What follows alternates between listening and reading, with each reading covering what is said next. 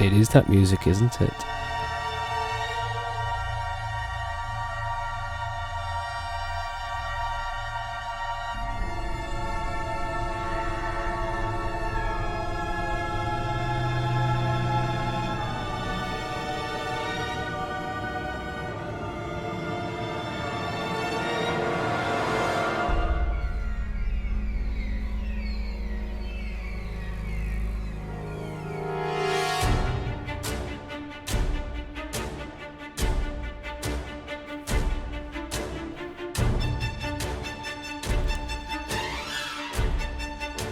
Was it a bit creepy?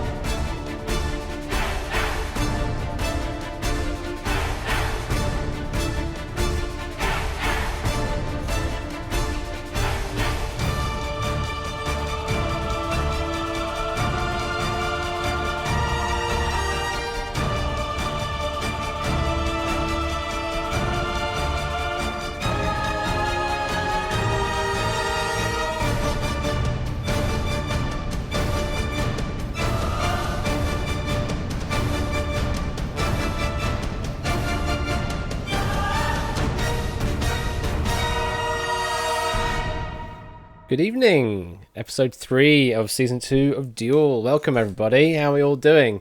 Yeah, I want to keep that as a running theme for everything. But we might as well put the background music on in the background while this is going on. How are we all doing? Hello there, Natter, Fun and Ref, Catnip, Cookie Monkey, Puzzle Dan, Score Count. Who else there? Puzzle Dan, welcome Puzzle Dan, Lupine, Not All Jumble of Numbers, Elias, Avti, Lion, Ryan, Trioda. I think that's everybody I've seen so far. Yeah, I think that's everybody I've seen so far. And Drahuska, welcome Drahuska as well. The tournament is only just beginning. Yes, we're already up to the upper 16 at the moment. And we've still got an entire lower bracket to sort out eventually once all these upper 16 duels are done. Straw poll is in for the first duel, as Score Count has posted there. The first duel we will have this evening will be Jerry versus Catnip. Second duel this evening will be Score Count versus Bronx. Third duel will be a playback of a pre-record of Daniel Peak versus Tipster. And the fourth duel this evening will be Harry versus Royal Flush. So that is the current scheduled plan for this evening. Bit of the sweats on there, Catnip. You have nothing to worry about, Catnip. It's only a vengeance duel for you. Hello there, Harry. Welcome.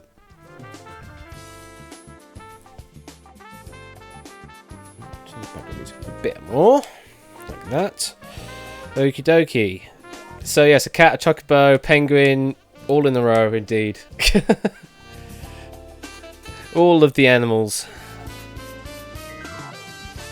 All right. So yeah, first duel, Jerry and Catnip. Please make your way into the Wait to be Dragged In channel, and we'll get this underway. Let's turn the background music off now. Oh, the Stream Deck thing is so nice. I'm going to go to that button there. Oh, it's just so nice, this Stream Deck. It's just very easy to use. And let me drag you in one at a time. I also need to make certain everything's working on the web front end. I see Catnip's there. Jerry, you can just do your thing with the web, the dual connector thing in a moment. But first of all, Jerry, actually, you're the first to be introduced this evening, hopefully. Probably. Welcome, Hello. Jerry. Hi. How you doing? Pretty good. How about you? Yeah, not too bad, not too bad. So, Jerry Eris, you are 33 from United States of America. You're a game designer. Any games that we might know of? No, not at the moment. I do make modules for Keep Talking and Nobody Explodes. But You do some contain modding stuff. Okay, fair enough. Yes. Yeah. Cool. Do you have any plans to be a professional game designer for like a AAA publisher or something like that? I'm more hoping to do my own thing, like make my own games and sell them, stuff Oh, like that. going down the indie route. That's fair enough as Mhm. well. And your other information here, you're a moderator of a game show chat room that has been around for 17 years. What game show chat room's that?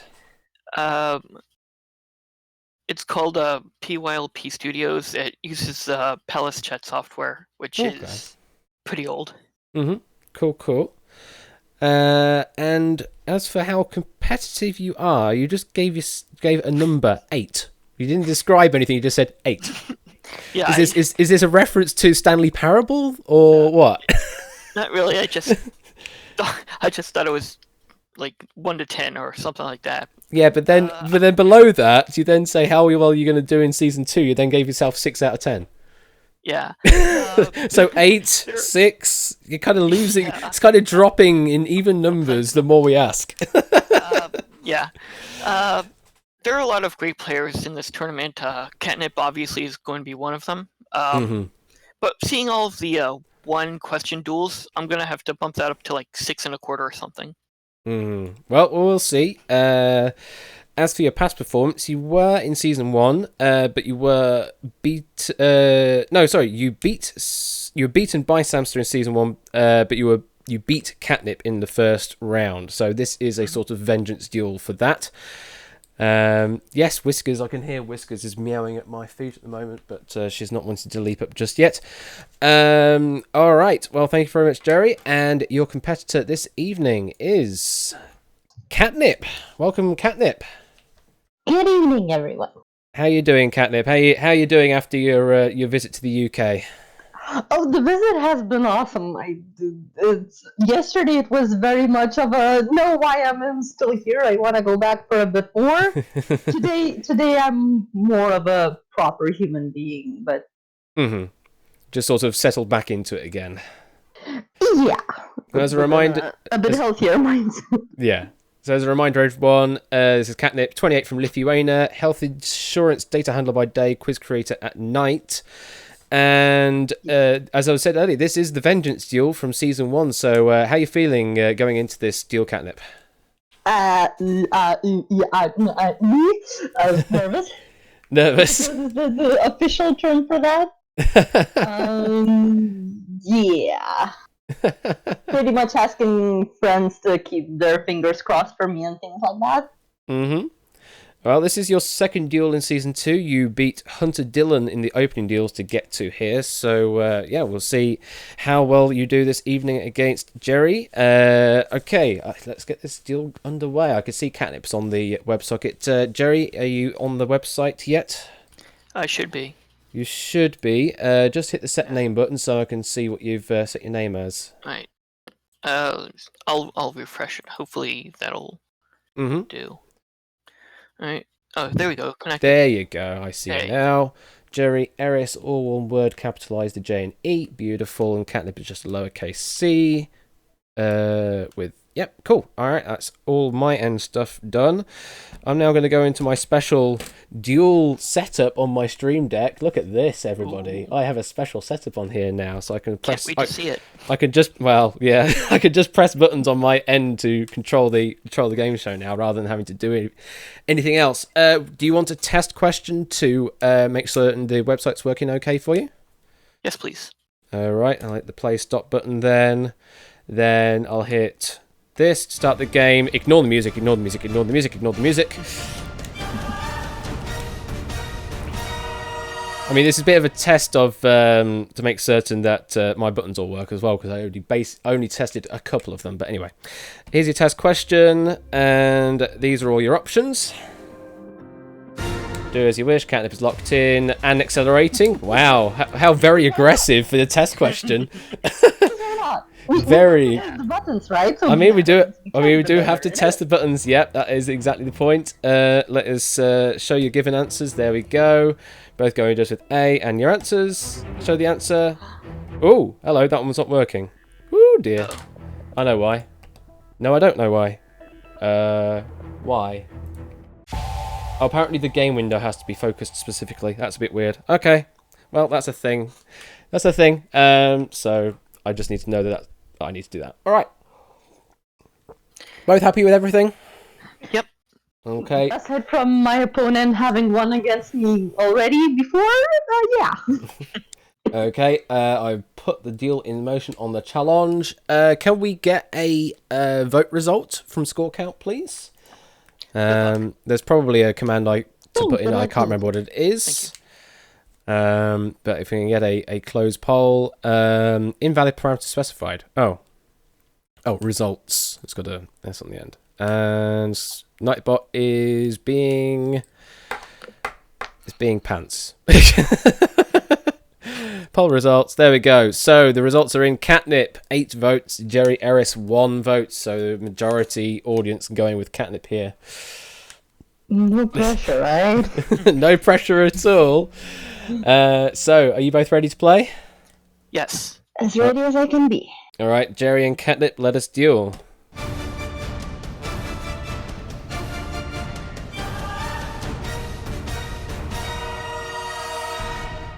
Good luck to both of you, and here comes your first question. How many legs does a spider have? Options are equal to those of a mosquito, equal to those of a bee, equal to those of a moth, equal to those of a scorpion. See, that was me thinking it was going to be a really easy question to open, but no, we've gone the 1 versus 100 route. Catnip is locked in. Having a bit of a think on this one, Jerry? Yeah, a little. Well, you've got the time to use up.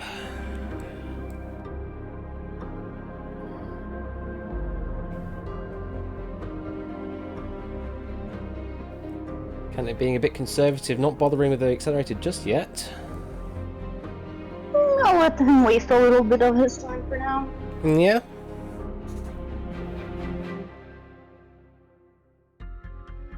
Yeah, I think that's good. And Jerry is locked in also. You went through rather a hefty amount of tokens, and then you've just locked in on just D, Jerry, and then Catnip was pretty much always just on D equals those of Scorpion. But yeah, Jerry, you had at one point all of them covered, and then you were sort of removing them one at a time. What was the reasoning for that then, Jerry? I just didn't want to, go out on the first question. But you seem And to then have gone super confident by locking in on just the one answer. Right. Like, I started, like, in case, Catnip decided to accelerate. But, I have 5 minutes, so I was able to go through, thinking processes and stuff like that. Yeah, fair enough. Well, there's about a sort of 30-odd second time difference on the clocks, but we're still in the plus more than 4 minutes range, so it's not particularly a big advantage just yet, but we'll see in the future. Let's see. Correct answer is D, equal to those of a scorpion. Both are right. Both maintain their 10 full chips. The other 3 answers all have 6 legs, according to the factoid information. So mosquito has 6, bee has 6, moth has 6, but scorpion does have the same as a spider, which is 8. All right, moving on to the next question. Which football club based in Birmingham, England, was a founder member of the Football League in 1888, is currently owned by the NSWE Group, and is nicknamed the Lions? So both of you not from the UK, so you're equally as dumbfounded, I guess. Options are Bolton Wanderers, Notts County, Aston Villa, Everton. And apparently this is not one of Farnham Ref's questions, despite it being very football oriented. Do you follow much of the UK football, Catnip? I watched a couple matches of Manchester United back in the day. Alright. Now not so much. Okay. How about you, Jerry? Or should I say soccer for you rather than football, because that's a different term. Catnip is in, locked in and accelerating. 4. Jerry is in kind as of a little. well.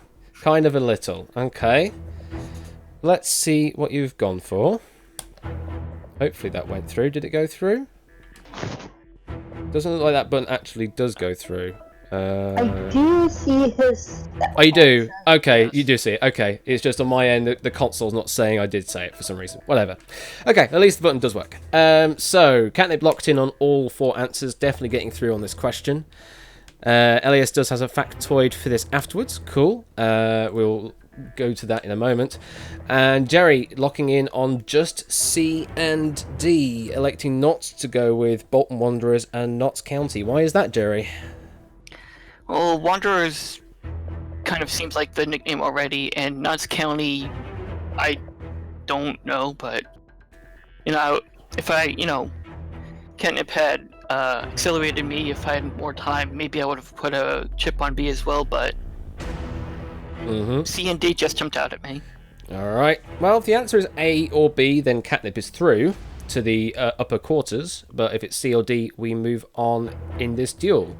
Correct answer is C, Aston Villa. Jerry only losing the 1 chip on that question. Catnip losing 3, so we're now at 9-7. Catnip with 1 accelerator left. Jerry with 2. Elias giving me... I was tempted to go for that one only. Oh, you were you? That was my number 1 choice. I just somehow think I recall them being lions or having lion merchandise or things like that. Right. Elias giving me some information there. Last season, during his match with Samster, maybe he commented on a football club question that Aston Villa was never the correct answer. So he wrote this question so that Aston Villa was the correct answer. Wow. How spiteful question writing. Well, there we go. So that's where we're at, to 9-7. 3 minutes 37 left on Jerry's clock, 4:16 on Catnip's. Here's the next question. What is the value of 5 exclamation mark, whatever that means? Options are 60, 120, 125, 720. Catnip is locked in.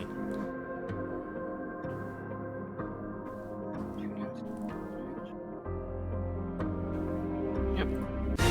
And Jerry is locked in, sounding like he was doing the maths in his head at the end there. Let's just see. Both going with just B, 120. All right, Catnip, what is the exclamation mark for?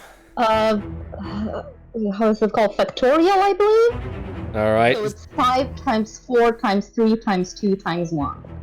Okay, and you think that totals 120 then, the full product of that? Yep, 5 times 4 is 20, times 3 is 60, times 2 is 120. And all right. means at times 1. Correct answer is B, 120. Yeah, I had to avoid saying the word factorial there, because, I mean, if I'm just reading that question, it's like, well, what's an exclamation mark? I'm just going, what's the value of... Needed triple exclamation mark. No, this isn't a Royal Flush stream, etc. What is the value of 5? Very, very loud 5. Yeah. Okay, well, we stay as we are pretty much. 9-7, 3 minutes 25 on Jerry's clock, 4:14 on Catnip's. Here's the next question. Lewis Hamilton overtook which driver on the final corner of the final lap of the final race to win the 2008 Formula 1 World Championship? This definitely has to be a fun and ref question. Options are Sebastian Vettel, Michael Schumacher, Jenson Button, Timo Glock. Jerry is locked in.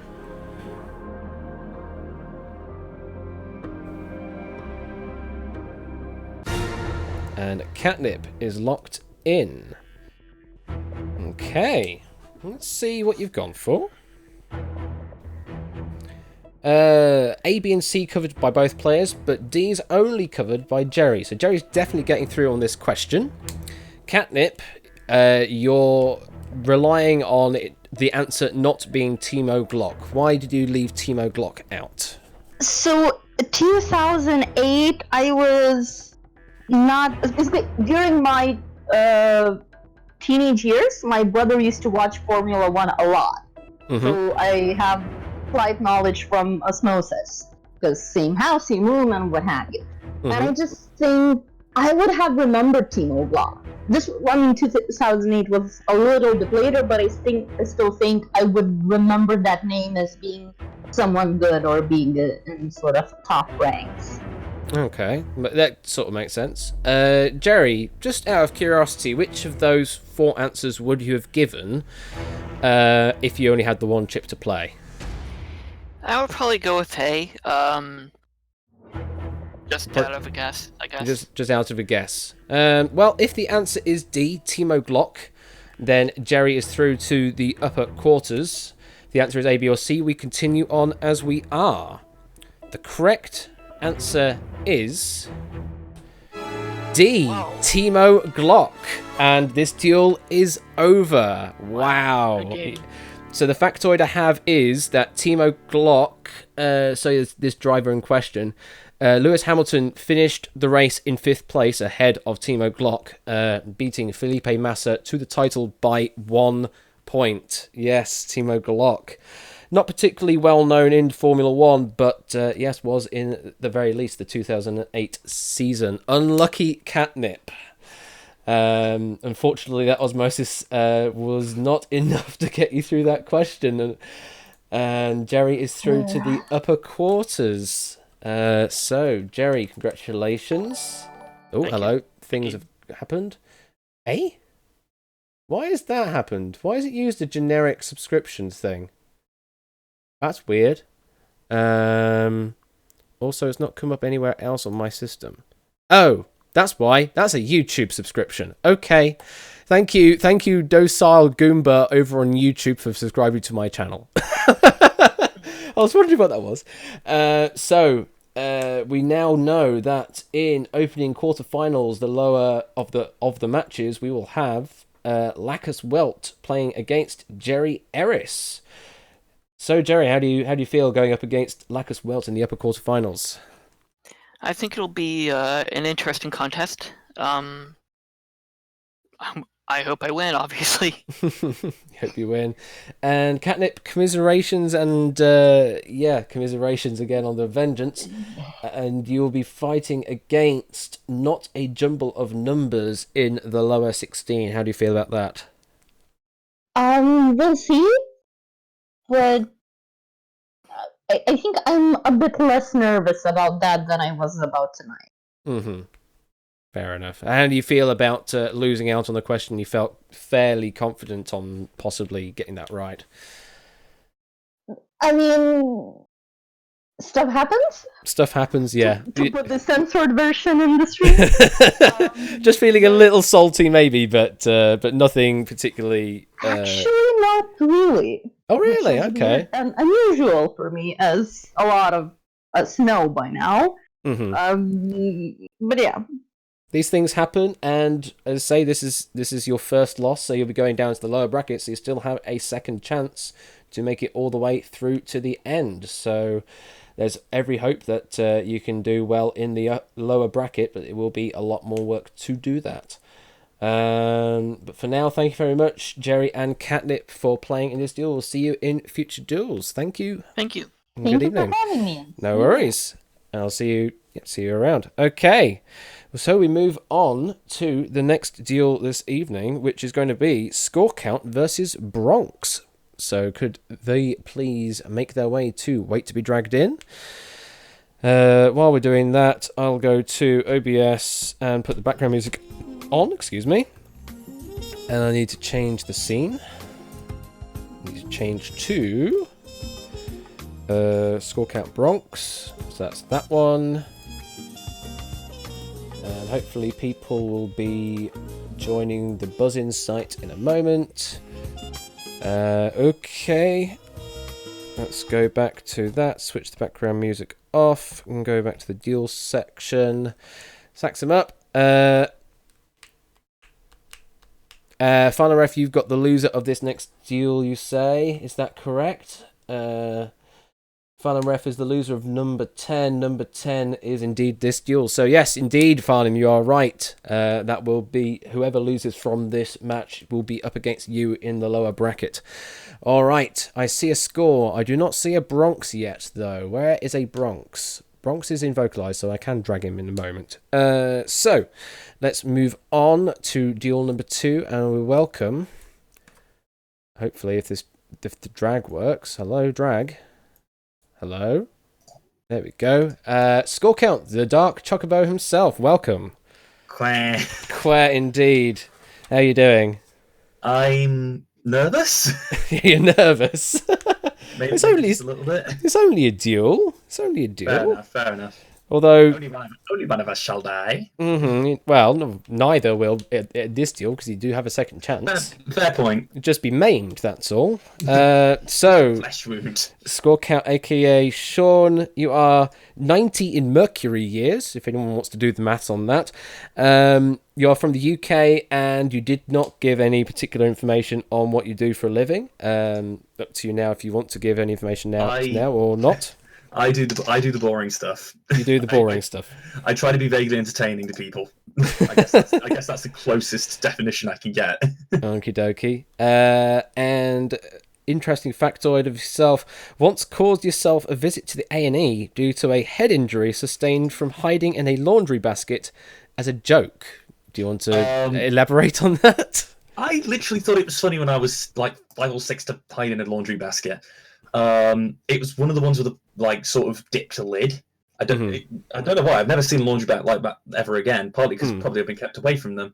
But when trying to push the lid off and dismount, it kind of fell over, and my head went into the corner of the door frame. Oh, lovely! Yeah. Oh, that wasn't pleasant. And how long was the wait in A&E? Mercifully back then, not very long. Or maybe I was just like sort of adult 6-year-old mind. Indeed. So I didn't really exist anymore. Fair enough. Why is my phone buzzing like hell?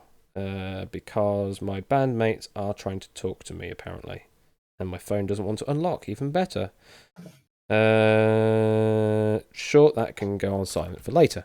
All right, and as for your competitiveness, you said it's all fun and games, but you do love your games, so you won't go easy on anyone, and giving yourself a 4 out of 10 for how well you're going to do in Season 2. Do you want to update that number after seeing the duels so far, or do you feel that's still about the right number? 3? No, honestly, I don't intend to let up. I've learnt my lessons from last time. I'm going to play a lot more carefully, I think. And in the words of a great cheater, employ a counter strategy. What now? Quoting Mr. Ingram, of course. All right, and as for your previous performance, you were in Season 1 of Duel, but you were beaten by Random Zombie in round 1, so you currently have a 0-for-1 record in Duel. I don't know if I'd say as much as I was beaten by Zombie as much as I was beaten by American Idol. I mean, I guess, yeah, I suppose.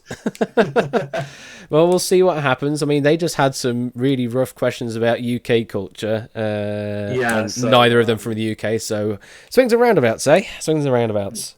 We shall see. We shall see. And I'm going to go up and drag in Bronx, because he's sitting in Vocalize at the moment. And welcome, Bronx. Yo. Hello, how you doing? Too warm. It's too warm. It isn't up here in Sheffield. It's absolutely lovely here in Sheffield. But from what I've heard, yes, it's a bit warmer in other places in the UK and also on the mainland of Europe as well. It's very warm over there. Just as a reminder, you are 29 from England, development manager. You are basically one of the quiz veterans here. You've been playing on 5 different quiz/game shows. And you beat Connor M27 in the opening duels to get to this point. So this is your second duel in Season 2. How do you rate your chances up against Score Count this evening? 8 out of 10, as ever. 8 out of 10 as ever. Okay, so you're still leaving Score Count a 2 out of 10 chance of winning then? I would say he's got a slightly bigger chance than that, but you've got to appear confident in front of your opponents, don't you? Oh yes, indeed. I think you do. What was that? There was that weird. I can't remember who it was. It was like a wrestling thing, and someone was just adding up all the different probabilities of winning, and just ended up with like 166 and 2/3% chance of winning this. Yeah, that's the one, Scott Steiner. Thank you, Samster. Yeah, that's just like, that's the kind of thing, is that you're obviously amping up how well you think you're gonna do, but in actuality you might be. Indeed. Well, welcome Bronx and welcome Score. Are you both on the buzz-in site? I believe so. You don't think so? I believe so. You believe so? Can you just hit set name then, please? I'm not seeing it do things. Oh my. Let me try this again. Let me try this once more. Maybe refresh and then see what no, happens. there we go. There you are. Score count, also known as score que. Score que you are. Just waiting on Bronx now. Should I refresh? Are you not seeing me? Yeah, please refresh. It doesn't seem to be coming up for some reason. I guess maybe if you went on the website earlier, I didn't have the server part of it running, so it may not have connected through. So yeah, refresh and see how it goes. If it says connected in the top left, then all should be okay. Although I'm still not seeing any other messages come through. No, I'm just getting a dark screen. Let me get another. Oh, connection opened from someone. Give me one moment. I've just connected to a different network. All right. There we go. Am I in? Okay. Just change your name and hit set name, and hopefully I should see it.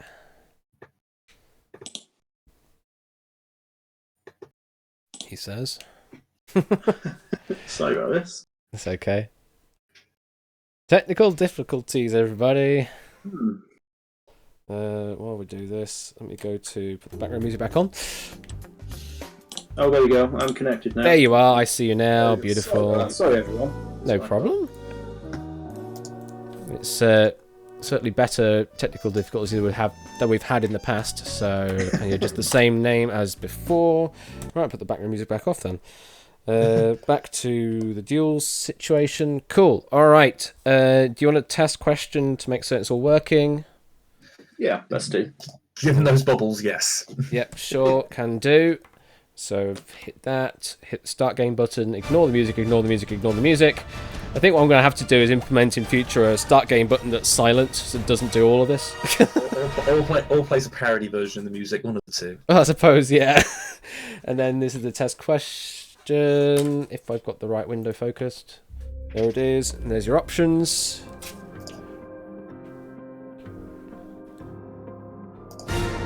Okay, Bronx is in. Score count's doing all of the potential permutations there. There's your given answer. Bronx electing not to go with the answer 42, so that's going to be his downfall, and that's the end of the duel. Okay, if only the actual game goes that easy. If only, yeah. A kazoo version would be fun. You know what I need to do, Nathra, is I need to talk to Quetz and do a bad recorder version. Because he has a bad recorder round on the Chase VGM. On one of the questions, he'll just try and play one of the pieces of music on his recorder, and yeah, so we might see if I can get a bad recorder version of that intro. All right, score count, Dark Chocobo, yourself, and Bronx. Are you ready to play? Certainly am. Yes, okay. reveal success. Reveal success. Hit start game button for real.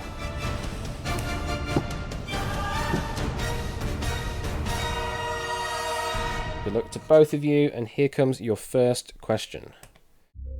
Mount Rushmore is in which US state? Options are North Carolina, South Dakota, North Dakota, South Carolina. I've actually been here. Bronx is locked in.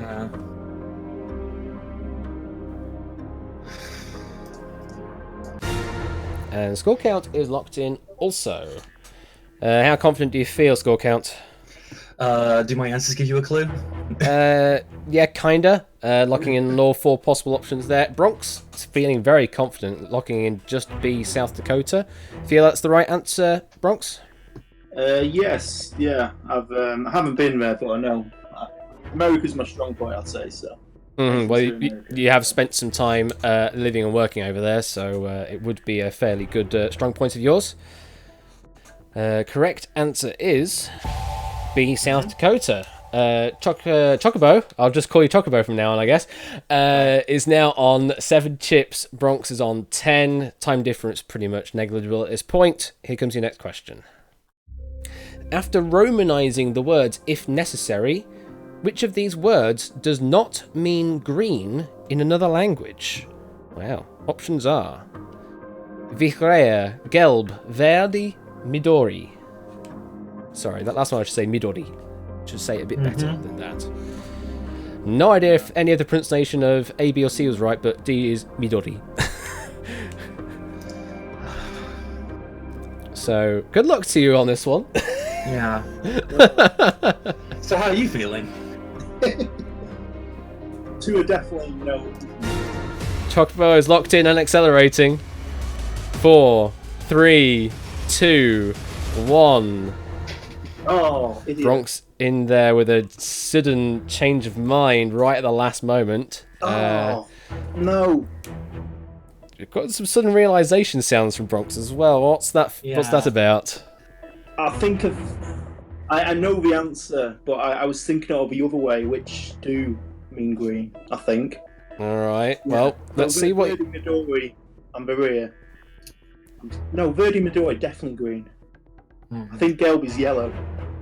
Let's see what you've locked in. You've locked in B, C, and D, and score count, Dark Chocobo locked in just B, Gelb. So you believe... that's my thought.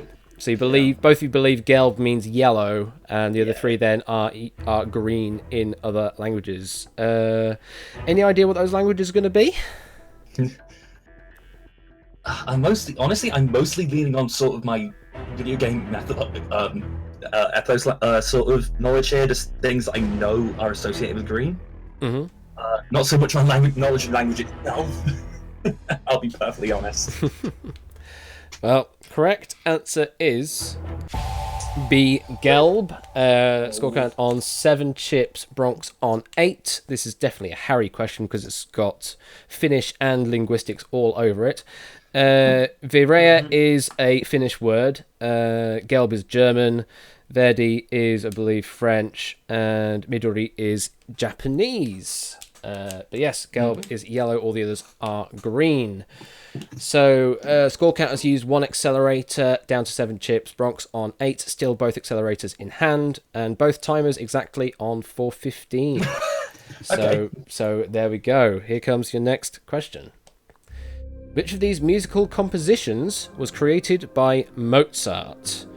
Options are Hungarian March, Russian March, Austrian March, Turkish March. So it's definitely a march. How are you on your compositions then? Bronx is in and accelerating. 5, 4, 3, 2. Score count is in as well. So maybe that answers your question, score count? Yeah, it does actually. Okay, that's what you locked in. Bronx very confident going with just D, the Turkish March. Score count did have just D, Turkish March, until the accelerator came in and gave him a little bit of self-doubt, and also put in C, Austrian March as well. Do you feel the answer is... I was leaning between the two as it is, decided to play safe. Fair enough. Well, if the answer is C, Austrian March, then score count is through to the upper quarters, but Bronx seems fairly confident it's going to be D, Turkish March. Correct answer is D, Turkish March. Score count now down to 6 chips, Bronx remaining on 8. Now one accelerator apiece, and there's a 6-second time advantage in Bronx's favour. Here comes the next question. Which of these is a name of a famous motorcycle club? Options are Hell's Angels Motorcycle Club, Hell's Angels Motorcycle Club, Hell's Angels Motorcycle Club, Hell's Angels Motorcycle Club. Wow. That's cruel. Wow, okay. I've got no idea on this one at all. Wow. I have an idea, it's just how confident am I? Oh, score count is in and accelerating. 4, 3, 2, 1. And Bronx letting the accelerator lock the chips in for him. Alright. Well, let's see what you've gone for. Score count being very confident, going with just C. Lack of punctuation altogether is the way I'll say it. Bronx going with C, and also going with D, which is possessive to the place hells, I guess. Or plural hells, actually, that would be. Sorry, in that position. So, how confident do you feel, score count? I'm 60% confident, and at this point I need to throw out a power play just to try and claw back at something. So if this knocks me out, it knocks me out, but I'm pretty sure that was a good risk. Well, if this is in your favour, then it means you've clawed one chip advantage back, as it were. How confident do you feel, Bronx? I don't think motorcyclists and the motorcyclists that are part of Hells Angels care that much about punctuation to add it in. So I think it's going to be C, but I wanted a 50-50 shot at it if I'm wrong. So. All right. Well, correct answer is C. Hells Angels Motorcycle Club, no punctuation whatsoever. Their reasoning, according to this factoid, is, yes, we know there is an apostrophe missing, but it is you who miss it. We don't. That is a direct quote, apparently, from the Hells Angels Motorcycle Club. Well, there you go. So, score count still on 6 chips, now no longer has any accelerators. Bronx down to 7 chips, still has 1 accelerator left. Score count has a 1 second time advantage over Bronx, 329 to 328. Here comes the next question. Which of these is the coolest temperature? The coolest temperature. Options are 0 degrees Kelvin, 0 degrees Fahrenheit. They are all the same, 0 degrees Celsius. Score count locked in very fast there. Obviously negating any option of accelerator there from Bronx. It gives Bronx the ability now to just think on this question a bit. Use some of that time. Which is the US coolest? uses Fahrenheit. That they do. Thank you. I don't know if it's going to help you know what the US uses in trying to determine which one's coldest. Their temperature's always higher. Maybe I'm lying to you. Who knows? The mind games. 2 minutes and 45 remaining. I am not a peaceful, happy choker, though, you know. Oh man! Look, if you want to be safe, you just cover as many as you need to. No. 2.5.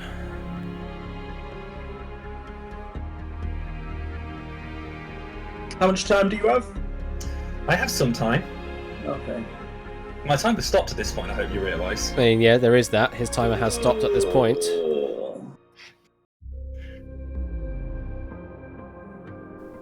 Oh.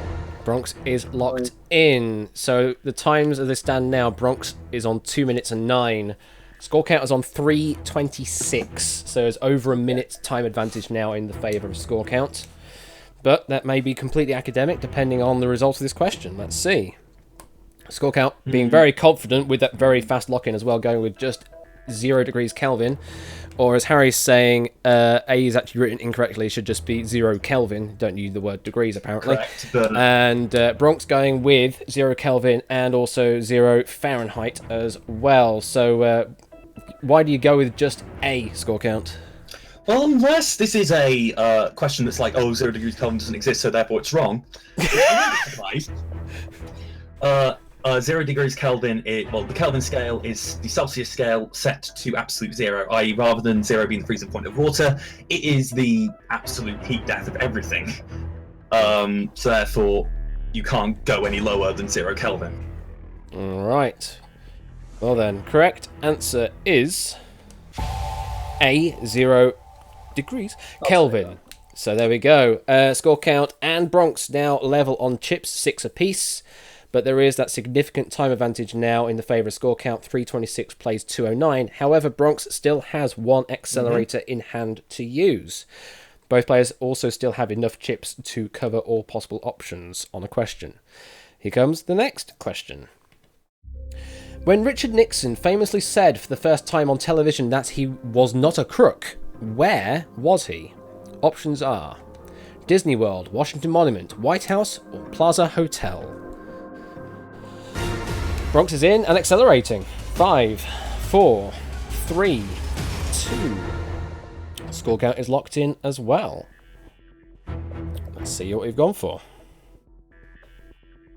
We have a difference of opinion. This duel will end either here on this question or in sudden death. So the time was purely academic by that point, but the accelerator may have been a good accelerator use. Let's see. Bronx, why did you go with just a Disney World? I believe it was near my birthday, November 15th, November 16th. And I remember, I've just read up about this too. Richard Nixon is, I find it really interesting. I'm pretty confident it's Disney World. Okay. In score count, why did you go with C White House and D Plaza Hotel?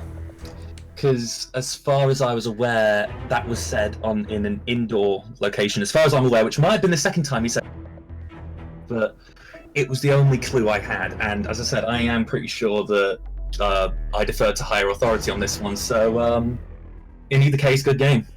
Alright, well, if the answer is A, Disney World, Bronx is through to the upper quarters.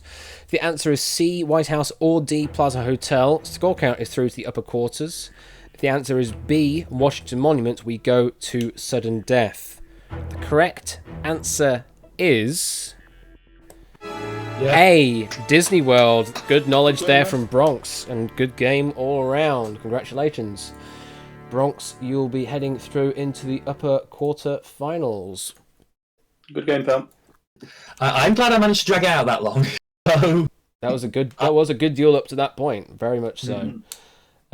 So Bronx, congratulations, you'll be going to the upper quarter finals, and you'll be facing up against either Samster or Cetra. How do you feel about that? 8 out of 10. 8 out of 10, as always. I should warn you, both of those are tough. Especially if Samster gets through. Yeah, no, you're going to have a hard time. so maybe I'm glad I'm going down to the easy path for a bit. And score count commiserations, but as this is season 2, everybody does get a second chance, and you will be facing up against Farnham Ref in the lower bracket. How do you feel about going against Farnham Ref? I guess it depends on how many sports questions are there.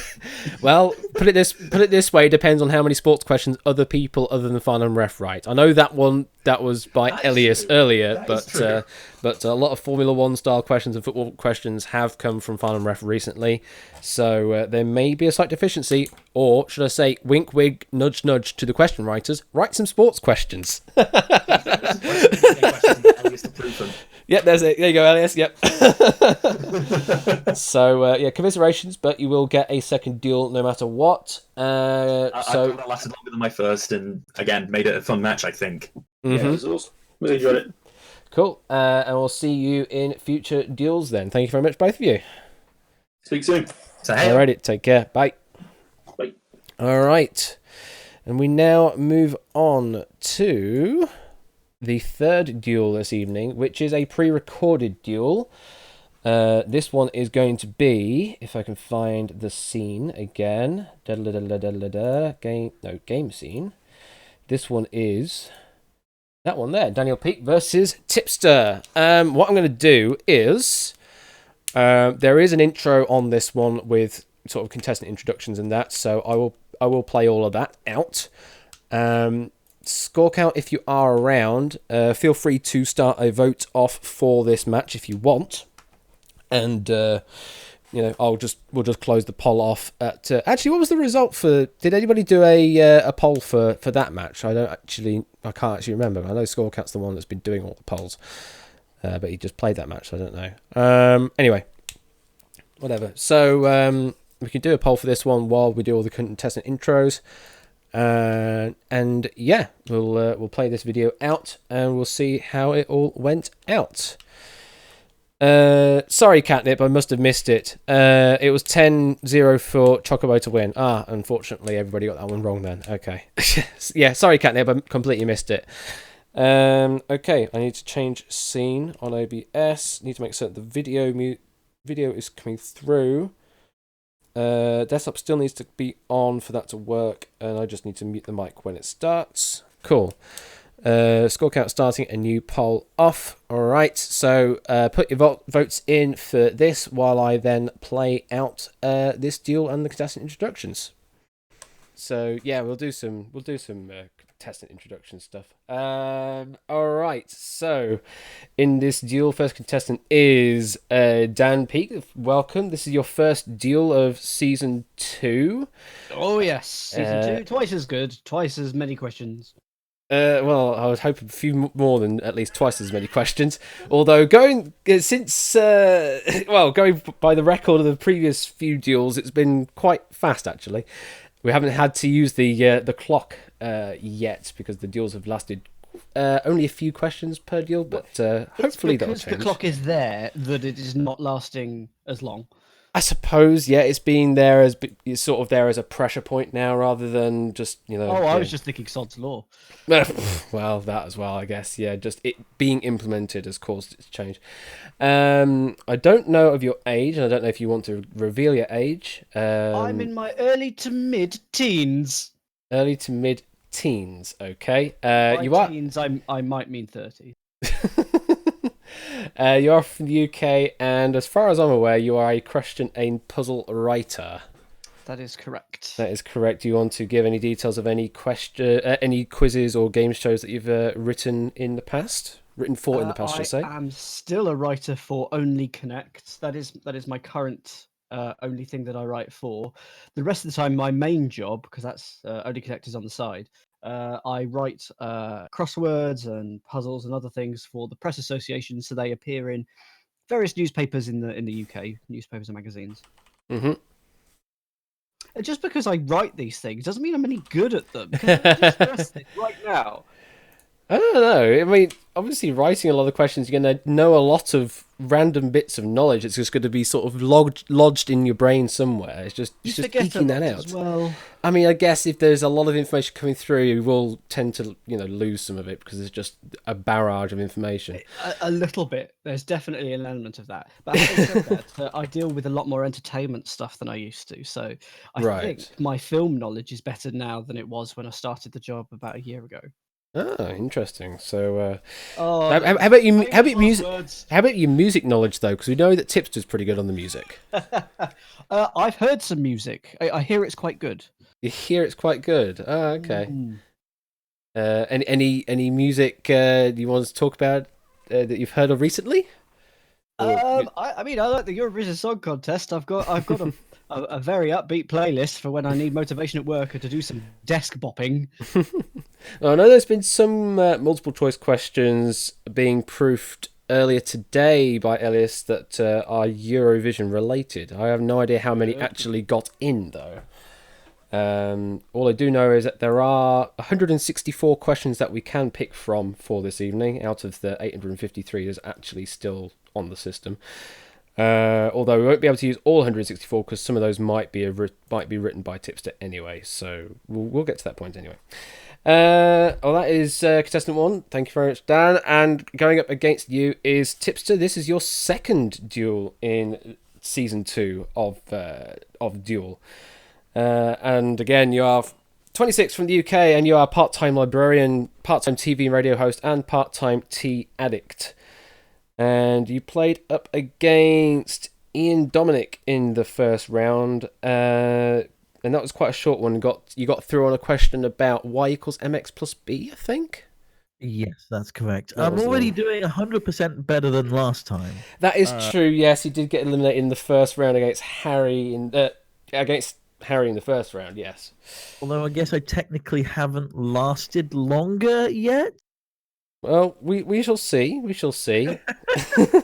And anyway, regardless of if you win or lose this one, you will get another duel to play at. It just depends on whether you're going to be advancing into the upper quarters or into the lower 16. Actually, good point. Let's see what this duel's actually going to go against. So, the winner of this duel will go up against the winner between Harry and Royal Flush.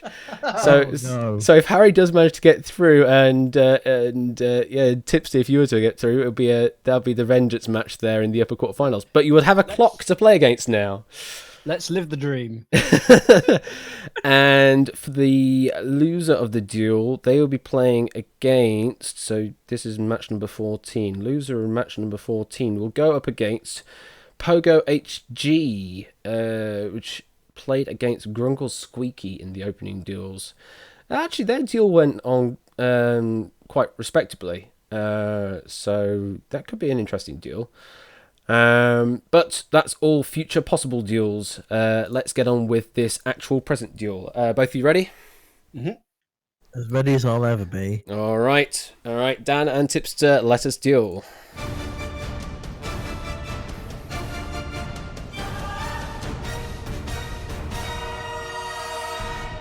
Good luck to both of you, and here is your first question. What is the final word of James Joyce's Ulysses? And your options are end, yes, home, lost. Now, as a librarian, Tipster, I'd be kind of confident to feel like you probably know this. Dan is in and accelerating. Okay. Maybe some tactical play there.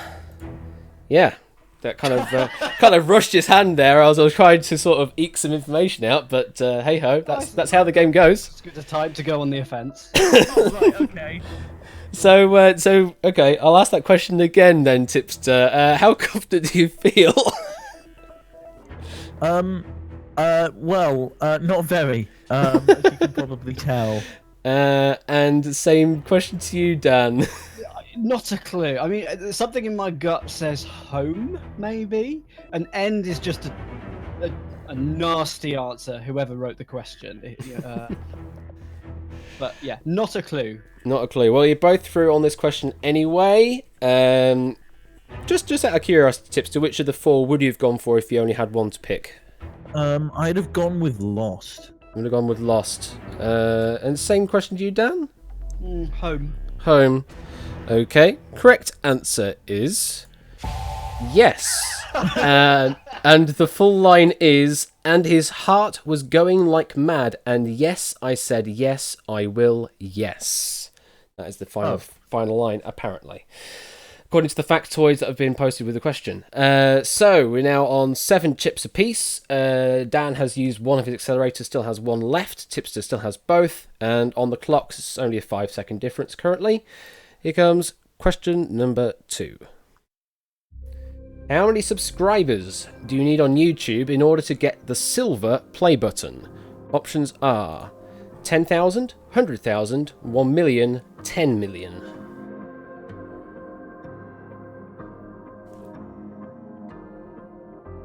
Follow many YouTubers, Dan? I do not. Do you know of many YouTubers? Tipster's locked in and accelerating. Dan is locked in as well. Alright. You feel confident on this one, Tipster? Fairly confident, considering I'm kind of well integrated in the YouTube sphere, I guess. In fact, I know a couple of people who might have a silver play button already. Oh, really? Okay. Well, that does seem to reflect your confidence in only going with B 100,000. And Dan has locked in A, B, and C. Not entirely sure which one of the 3 powers of 10 there have the silver play button. 10 million was too much. 10 million was too 10,000 was probably too little, but I didn't want to chance it. I think they have kind of changed the numbers there were at some point, but now they are all on powers of 10. There was at some point, I think 50,000 was a milestone, but isn't anymore. Okay, let's see. Correct answer is B 100,000. I think 1 million is the gold play button, and then 10 million was that possibly Ruby one. It might be Ruby or Diamond. I'm not entirely sure. Oh, Diamond, yes, because yes. And then there was 50 million, which is the Ruby, which is the one that PewDiePie was probably the first to get, because why not?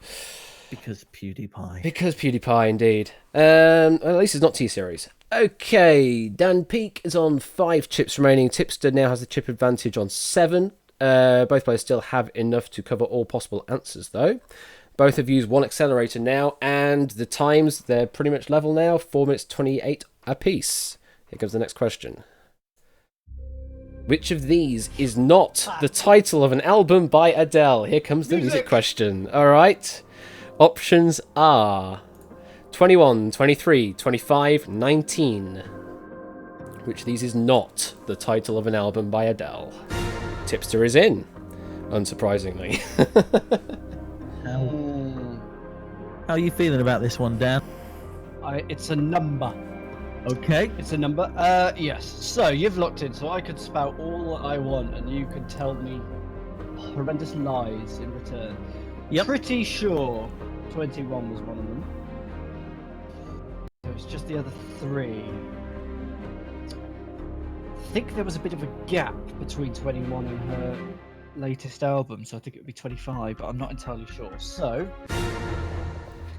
Okay, Dan is locked in now with 3 minutes 45 left on his clock. Tipster locked in with 4 minutes and 20 left on their clock. Let's see what they're going for. Both covered B23. Danny Peak hedging a bit with C25 as well. You were certain that 21 definitely is. yeah, pretty confident in 19 as well. Pretty confident on 19 as well, so you just go for the two that you weren't particularly sure on. Okay. Do you think he's got it right, Tipster? Well, I hope so. I think he's got it right, yeah, 'cause otherwise I haven't. I believe 19 was her debut album, which rocketed to fame, and 25 is her most recent one. 21 was the one with Rolling in the Deep on it, I think. Okay, but I don't have any factoid information on this one, unfortunately, so I can't confirm or deny. Let's see. Correct answer is B23. Both move on. Dan now on 4 chips. Still has just enough now to cover all possible options. Tipster remains on 7. 1 accelerator still each. Now there's a bit of a time difference. We're looking at 20...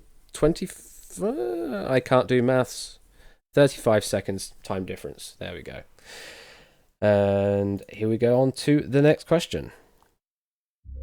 Using American nomenclature of illions, a picometer is what fraction of a meter?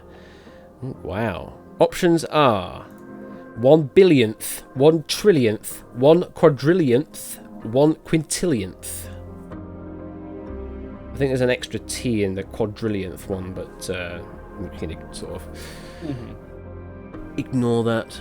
American nomenclature. Alright, okay, I get what I was getting at now. Yeah, there is a slight difference between American and European definitions of some of these words.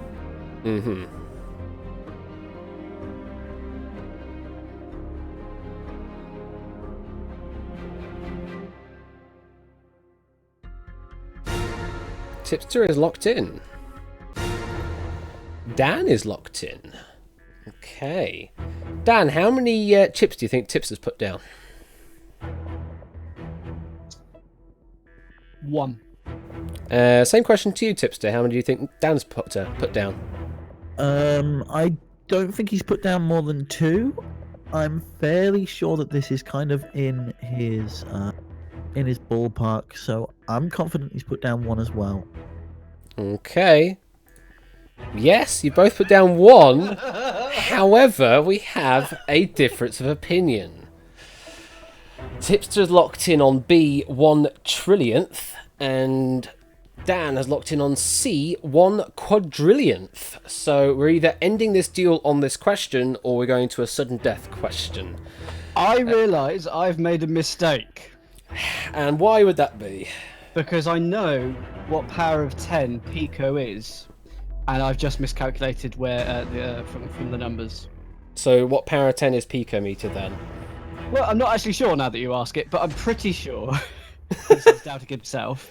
10 to the minus 12. I'm fairly certain you're right there. Yes, and that's I thought it was million, billion, trillion, quadrillion. So I went up. It's a million. It's a million, which for some reason went into my head as quadrillionth, which isn't, it's trillionth. Yeah, it's what would be a European billionth, if I remember correctly. It's that weird term of like short billion and long billion I've heard of as well, yeah. Yeah, UK stupidness. But anyway. Well, this is where we're at. If the answer is B, 1 trillionth, Tipster is through into the upper quarterfinals. If the answer is C, 1 quadrillionth, Dan is through to the upper quarterfinals. The correct answer is B, 1 trillionth, and Tipster is through. Yes, so Nano would be billionth, pico trillionth, femto quadrillionth, and atto is quintillionth. For those that wanted to know what 10 to the negative 18 is the atto quintillionth on the short scale form. And then, it's also got the long scale words here. So nano is actually a milliardth, pico is a billionth, femto billiardth, and atto trillionth. So there you go. Well played, Tippy Tap. Congratulations, Thanks Tipster. very You are much. through. How do you feel? I was not expecting this. I will be honest with you. I was kind of looking towards playing Pogo in about a month's time.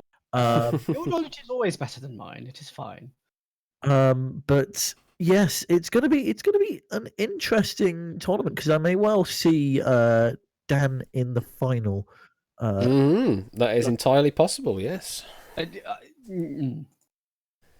Yes, I'll be watching the final. Yeah. See, you don't feel that confident then, Dan? No. There's some serious knowledge, especially with Tipster and Catnip and all these people. So. Well, Catnip is still sitting in the upper 16, so it's not going to be of any bother to you now that you've moved to the lower bracket. And I'm just making life easy for myself. Yes. That's what I'm doing. So yes, you will be fighting against Pogo in the losers the lower 16 bracket. That will be the second duel to be made up in that bracket there. And then we will also have the results of Score Count v Bronx. What else we've got? Jerry Eris and Catnip, and there should be one other duel to play out as well. Where is it? Why is my schedule gone? Harry and Royal, indeed. Yes, so we will know out of those two which will be facing against you in the upper quarterfinals, Tipster.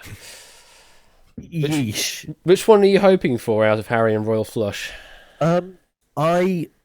I'm honestly hoping for Harry, not in any way because of any kind of knowledge difference, more just because I want a rematch. You just want the rematch, yeah. Indeed. To be fair, both of them are going to be pretty good. I mean, Harry we know from past performance, and Royal Flush, who writes a lot of pub quizzes himself and is now doing all these other game show streams over on his Twitch channel, including his new Twitch show Danger Zone. So yeah, there's going to be a lot of knowledge on his side, but that's all on the presenting side. Who knows? Much like in as you were saying earlier, Dan, that you might know a lot of knowledge in writing the questions, but when it actually comes to being a contestant on the other side, it could all just fall. I'm good at research. That's what it is. As long as I got the internet in front of me, I'm brilliant. I wonder if there's a game show in that in the future. You just write such really obscure questions that the only way to be able to answer them is literally doing Google searches. You have just described a puzzle hunt, I believe. Well, I mean, there is that, yeah, but that in the form of an actual game show on TV or something. I don't think it would actually translate well on TV, but... Well, I guess Treasure Hunt sort of was, because they had to research. I suppose, yeah. Of course, they didn't have the internet, they just had the books all around them. But I think you're sort of describing that. Yeah, I guess that makes sense. I was going to say, give me a second, I'm going to ring the BBC now and just kind of see if they'll commission that format. But now that you've mentioned that it's basically the same as Treasure Hunt, I think my hopes are somewhat dashed. We don't need any of the travel stuff of Treasure Hunt because I'm sure they won't allow the kind of helicopter flying anymore. But it's drones. We can just use drones. There you go. We use drones with Annika Rice suspended beneath them. I mean, there are drones that can support the weight of a human being, but still, that's okay. Maybe outside of the BBC's budget these days. Potentially. Well, thank you very much for both of you for playing this evening, and this will be broadcast on the Wednesday stream. But of course, those watching this playback already know that. So I'm going to stop. I'm going to stop the recording Right there, that was a rather pregnant pause at the end there as well. So yes, that is the end of that duel. Tipster goes through, and Tipster will be facing up against the winner of this duel coming up right now, Harry versus Royal Flush. Buzzin, let me just check you for you, Harry. Yeah, buzzin is definitely working for you, Harry. I can see you. Yeah, I'll stop right there. Yeah, I didn't exactly let that roll on a bit longer, but oh well. There you go. Things like that. Alright, so we move on to duel number 4 now, which is Harry versus Royal Flush. Harry, I know, is already in on the site. Just waiting for Royal Flush to do the same, I guess. But in the meantime, I'm going to turn the background music back off and let us introduce. Jumbo wants to do his deal later. If it doesn't last too long, I'll be down. You be alright in doing it, Catnip? I mean, we can do if we do have the time. Depends how long this duel goes on for. But yeah, I guess we could. If we can get it all done within the 2 hours of the normal stream length, we can do that. Yeah, okay, cool. Right, well, let's move on to duel number 4 for this evening then. And let me introduce Harry to the stream. Welcome, Harry. Hello. How you doing?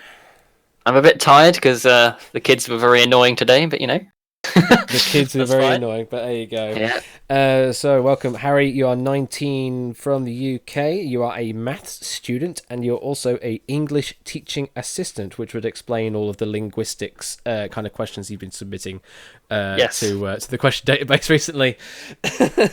Yes. Not only that, my parents are both ex-English teachers. So. Oh right, so you got the complete double whammy from your parentage as well as so you have a strong penchant for linguistics then, especially Indeed. so because you're also learning Finnish for fun, I guess is what you say as well. Yes. Do you want to say some Finnish right now? No, not really. I mean, okay, that's a valid answer. Okay. I mean, I would have had no idea what you said either, so you could have just said something that got my stream taken down, but whatever. As for how competitive you said you were, you said I like to win, I guess, and gave yourself a 6 out of 10 for how well you're going to do in this season. Does that still hold up after seeing all these deals so far? Yeah, I think about 6 out of 10's like, I don't know, just over halfway through. I think that'll be fine. Just over halfway through. And winning's quite fun. I mean, winning is definitely quite fun. Let's go with so in season 1, you ended up in 3rd place. Yes. You beat Tipster and Dan Peak. You then lost to Elias, but then... Oh, yes, because I didn't read the question. Because you didn't read the question. Remember, everybody, read the damn question. And then you did beat Random Zombie in the 3rd place playoff to take the 3rd place position. So, yes, you are a decent contestant that we're all sort of looking forward to doing well in this season. Yes, I'm quite nervous because a lot of people have me winning, including the best prediction and the worst prediction. So I'm not sure what to take from that. Read the effing question, indeed. Yes, I think we're gonna have to have that as an emote or something. Just RTFQ. Room code. Yeah, room code. Yeah, we'll get that sorted. Well, welcome you, Harry, and playing against you this evening is Royal Flush. Welcome, Royal. I've just muted the stream, so I don't know quite what's happening now. Ash, you appear to be muted on stream. Hello. Voice. Should I be listening to the stream? No, don't listen to put the stream. back on. Just listen to me. Just listen to me. Oh, okay. I shouldn't be listening to the stream. Oh, hang on, you're muted at my end. My bad. This is what happens when you come into Dictionary Corner so often. Yeah, because you mute me all the damn time. Yeah. I was like, why are you muted? Why are you muted in your own stream? This doesn't make any sense. All right, I will welcome you again. Welcome, Royal Flush. Thank you. Oh, thank you for having me. Thank you for that lovely welcome. Take two. Take two. Yeah, I know. It's not my fault this time. So Need to move them again for the sound. I don't get the Discord sounds when I'm in streaming mode. It's all silent. But anyway, welcome, Roy Flush. You are 30 from the UK, and you are a musician, conductor, pianist, and programmer. And there aren't enough inverted commas in the world, programmer. Quite. This is At some point, I'll get rid of those. What do we say to the god of death? It's not today. Well, this is your second duel this season. You did beat Lion TK43 in the open duels to get here. Yeah, And by skin of teeth. by the skin of the teeth, yes, because you were the first to test out the sudden death format, if I remember rightly. Which worked because I won. So It definitely did work. Yes, indeed. Yes. Yes, we use the term inverted commas, Elias. Yeah, it's a thing. It's a thing. You still rate yourself as a 7 out of 10 for doing performance-wise this season? No, not even remotely. Not even a little bit. To see what's happening on this side of the pool now. I didn't realise Harry came third last time, so that's exciting. And then the tips to Dan Peak match is now a tipster match. So it's like, oh, good. That's. But it will be what it will be. It will be. The future's not ours to see. I've had a lovely time. Everyone's been so nice to me.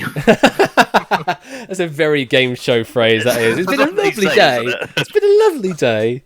A lovely day. I'm going to gamble. I came with nothing. Yeah, I came with nothing. I'll take one step closer. All right. So how do you fancy yourself against Harry then this evening? I don't know. Well, I'm older than him, so there's that. Which means I have more years. that is the definition of being older. I've had more years to acquire knowledge, but I don't know. It entirely comes down to the questions that come up. As you mentioned I can't remember if it was in the recording, if it was live just a minute ago. It's all well and good when you're behind a computer and you've being a host, but they're only easy if you know the answer. Yep. As Chris Tarrant always says. As Chris Tarrant always says, he does. Even when he's not hosting Who Wants to Be a Millionaire, in fact. Yeah, no, yeah. Wanders around Norfolk just saying that to complete strangers. Someone should help him out, you know. Well, even on things like The Colour of Money as well. It's only easy if you know what's in if you only know what's in the ATM. Absolutely, yeah. I remember Chris Tarrant. I miss him. Oh dear. Well, we welcome you. I hope he's still getting work anyway. Probably somewhere. We'll welcome you, Royal Flush, aka Ben, to this duel. Okay, would you like a test question to test the system out? Yeah, just in case. Just in case. All right, let me go to the duel profile on my Stream Deck. There we go. Oh, I need to turn the desktop audio down, I've just realised, because I turn it up for the videos, because the videos record with that volume down, whereas now we're in normal mode, so now everything should be a bit more balanced. Oh, wow, the poll results are in, and it's 50-50. 6 votes to Harry, 6 votes to Royal Flush, so it could go either way, according to the audience out there. Harry, did you vote? I did not vote. Yeah, it's 6 to Harry, 5 to me, then. I'll vote for you. All right then. So, it's mostly equal then. Okay, let me hit the start game button. I need to be focused on the game window for that to happen. Ignore the music. Ignore the music. Ignore the music. Ignore the music. And then the test question, and then those are your options. Oh, you don't. Oh, yeah. Okay. Harry, did you just lock in with no chips? Yep. Okay, just making certain. Can you do that? Yes, you can do that. We had that. We had that on. Thank the Academy. We had that happen on Friday. Actually, we had a problem with Lacus Welt, I think it was, but it ended up not being a problem because it's just his mouse is playing up or something. But did actually end up locking in with 0 chips, but gave the benefit of the doubt anyway because it looked like he did actually try to lock a particular chip in. At the end, it ended up being academic anyway because he still got the wrong answer. But anyway, it is entirely possible to lock in with 0 chips. So just be aware that is a thing. All right, Harry, Royal Flush, are you ready to play? I'm ready to Vaguely. play. Let's have fun. Best of luck, Harry, but not too much luck. Yes. Bad luck, have fun. Bad luck, don't enjoy this. Yeah, indeed. All right, Harry, Royal Flush, let us deal. Focus. There we go. It's all well and good having this stream deck, but I have to have the game window focus for it to actually work. It's a bit crap. Let me take Quizbot down. Right, yeah, might as well do that. Okay, here comes your first question. Good luck to both of you. Who committed the first murder in the Bible? Options are Cain, Moses, Abel, Adam. Royal Flush is locked in. Cain, Moses, Abel, Adam. I don't know why I almost said Adam. They all have that same... Oh, Royal Flush is accelerating. 4, 3, 2, 1. There we go. Letting the accelerator do the locking in for Harry. Let's see what he went for. Went with A and C. Royal Flush locking in just A. Confident with that answer, Royal Flush? Yeah, that's what Catholic upbringing does to you. Going to Catholic school and stuff, you learn these stories. This is where it ends up being wrong, and I have egg on my face, but I'm fairly confident it's A. You're fairly confident. Well, correct answer is A. Cain. You are indeed correct. Harry does lose 1 chip on that question, down to 9. Royal Flush remains on 10, but has used 1 accelerator. Time difference is 16 seconds in the favour of Royal Flush at the moment, but still have more than 4 minutes on each clock, so it's kind of negligible at this point. There's 18 seconds, went very fast. Here comes your next question. In 8-ball pool, how many balls are there in total? Options are 9, 16, 8 or 12. Oh, hell's tit.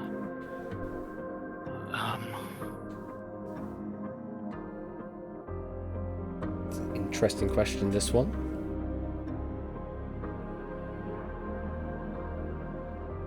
You play much 8-ball pool, Royal Flush?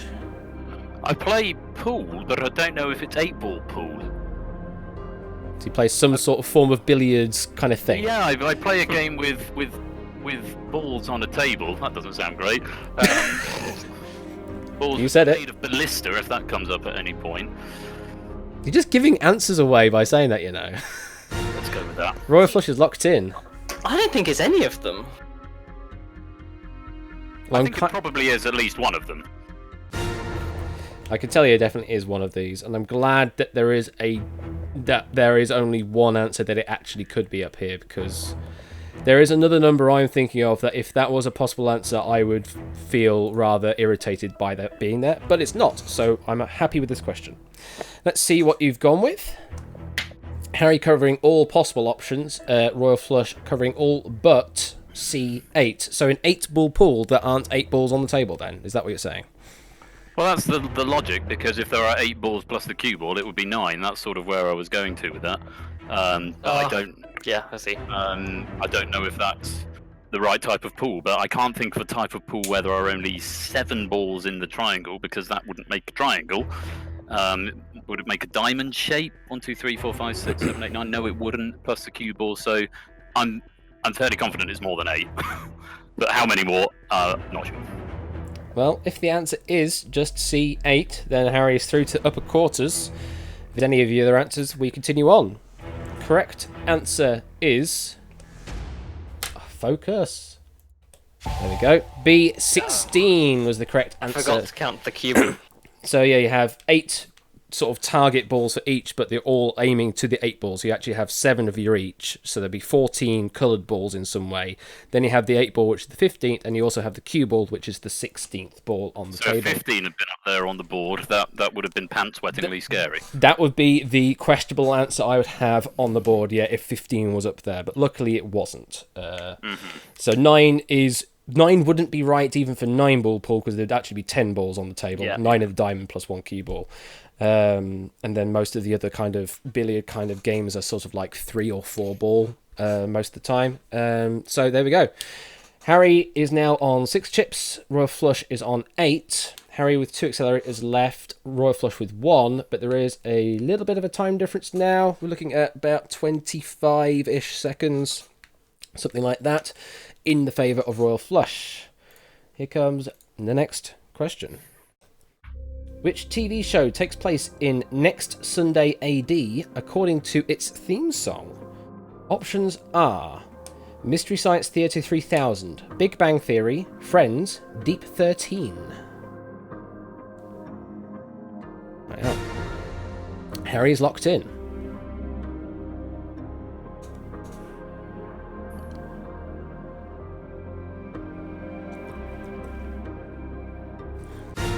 Royal Flush is locked in as well. Elias, as your question there about how many balls on a snooker depends on your variant of snooker you're playing. Sometimes there are 10 reds, sometimes there are 6 reds.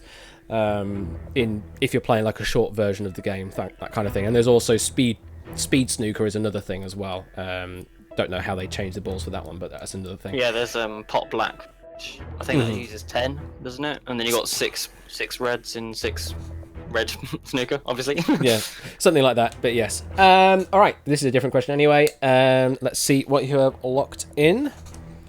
Harry going in with just A, Mystery Science Theater 3000. Royal Flush going in with A and also D, Deep 13. Feel confident with that, Harry? Yeah, I think so. I think I vaguely remember that from a long time ago. I know it's not B or C. Well, I say no, but I'm fairly sure it's not B or C, and I want to save chips, so I didn't want to spread. All right. The correct answer is A, Mystery Science Theater 3000. You are right indeed, Harry. I was also fairly confident with what I locked in as well. Mm-hmm. All right, Harry. For what it's worth, I mean, you can be ever so confident now because you know it's the right answer. Absolutely. Confident. Indeed. Harry now on 6 chips, Royal Flush on 7, still with the chip advantage. Harry still with both accelerators, Royal Flush with 1 accelerator. Time difference down to 13 seconds now in the advantage of Royal Flush. Here comes the next question. How many members were elected for the European Parliament on May 26th? Options are 751, 705, 535, 973. Harry is locked in. It's a politics question, Royal Flush. You've got to get those. I know, but it's like...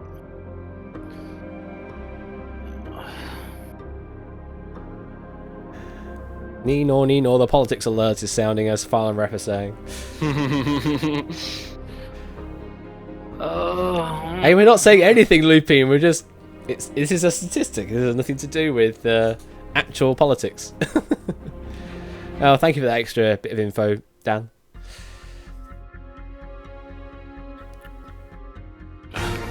Okay, Royal Flush is locked in. Also, Harry now has the time advantage of 25 seconds. 3:35 plays 3:10.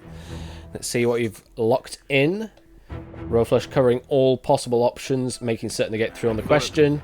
I thought it was a 7. I thought it was 700, but 700 and something, but I wasn't sure. And Harry locking in on just A. It might not be. It might not be. And Harry might have it wrong. That's true. I mean, you working on the assumption that you haven't. I mean, Harry did lock in quite quickly. You feel confident still, Harry? Yeah. I think that's just one of the things that I vaguely remember. I'm fairly good at remembering random pieces of numbers. Information to do with numbers. So I think that's just something I have somewhere in my brain.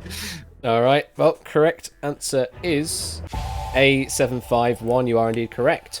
Harry now has the chip advantage and the time advantage and the accelerator advantage. Harry on 6 chips, Royal Flush on 4. Harry with 3:35 remaining, Royal Flush with 3:10. Harry with 2 accelerators, Royal Flush with 1 accelerator. But both players still have enough chips to cover all possible options. Here comes the next question. In music, Alert to Royal Flush in music. Which symbol denotes double sharp? Options are O, hash, B, X. Royal Flush is in and accelerating. 4, 3, 2, 1. There we go. Harry is locked in also. Kind of a home advantage on this one, I think, for Royal Flush. Slightly. do you want to go through all of the different symbols that are up there? So the bottom one's double sharp, the third one down is flat, the second one down is sharp, and the top one I think it's a violin symbol. It's either open string or arco, I think. It's not a piano term that I recognise, but I'm pretty sure it's something to do with violins. But yeah, the X is double sharp. Just have a look First time I encountered a double sharp, I was about 11 years old. It was playing the first movement of the Moonlight Sonata. It was an F double sharp. F double sharp into G. Nice. And Okay. makes it become a G. Yes, but double sharps, they are important because they represent the correct harmonic structure of the music. Those people that keep complaining, why the hell do you use things like G flats and F double sharps for things? It's because it maintains the context of the harmony. That is why. Because all major scales are the same. You tell them, Ash. So let's fob off the duel. Let's just talk about music theory for this. No, I can't be doing that.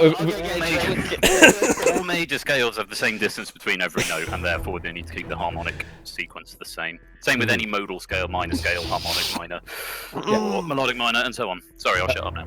All right then. Correct answer is DX. Well, it's not really called X, but it's the closest symbol to double sharp. Double sharp, darling. Yes, exactly. Harry's on 5 chips, lost the 1 chip in that question. Royal Flush on 4 chips. Royal Flush, no accelerators. Harry, 2 accelerators. Time advantage still in Harry's favour. Here comes the next question.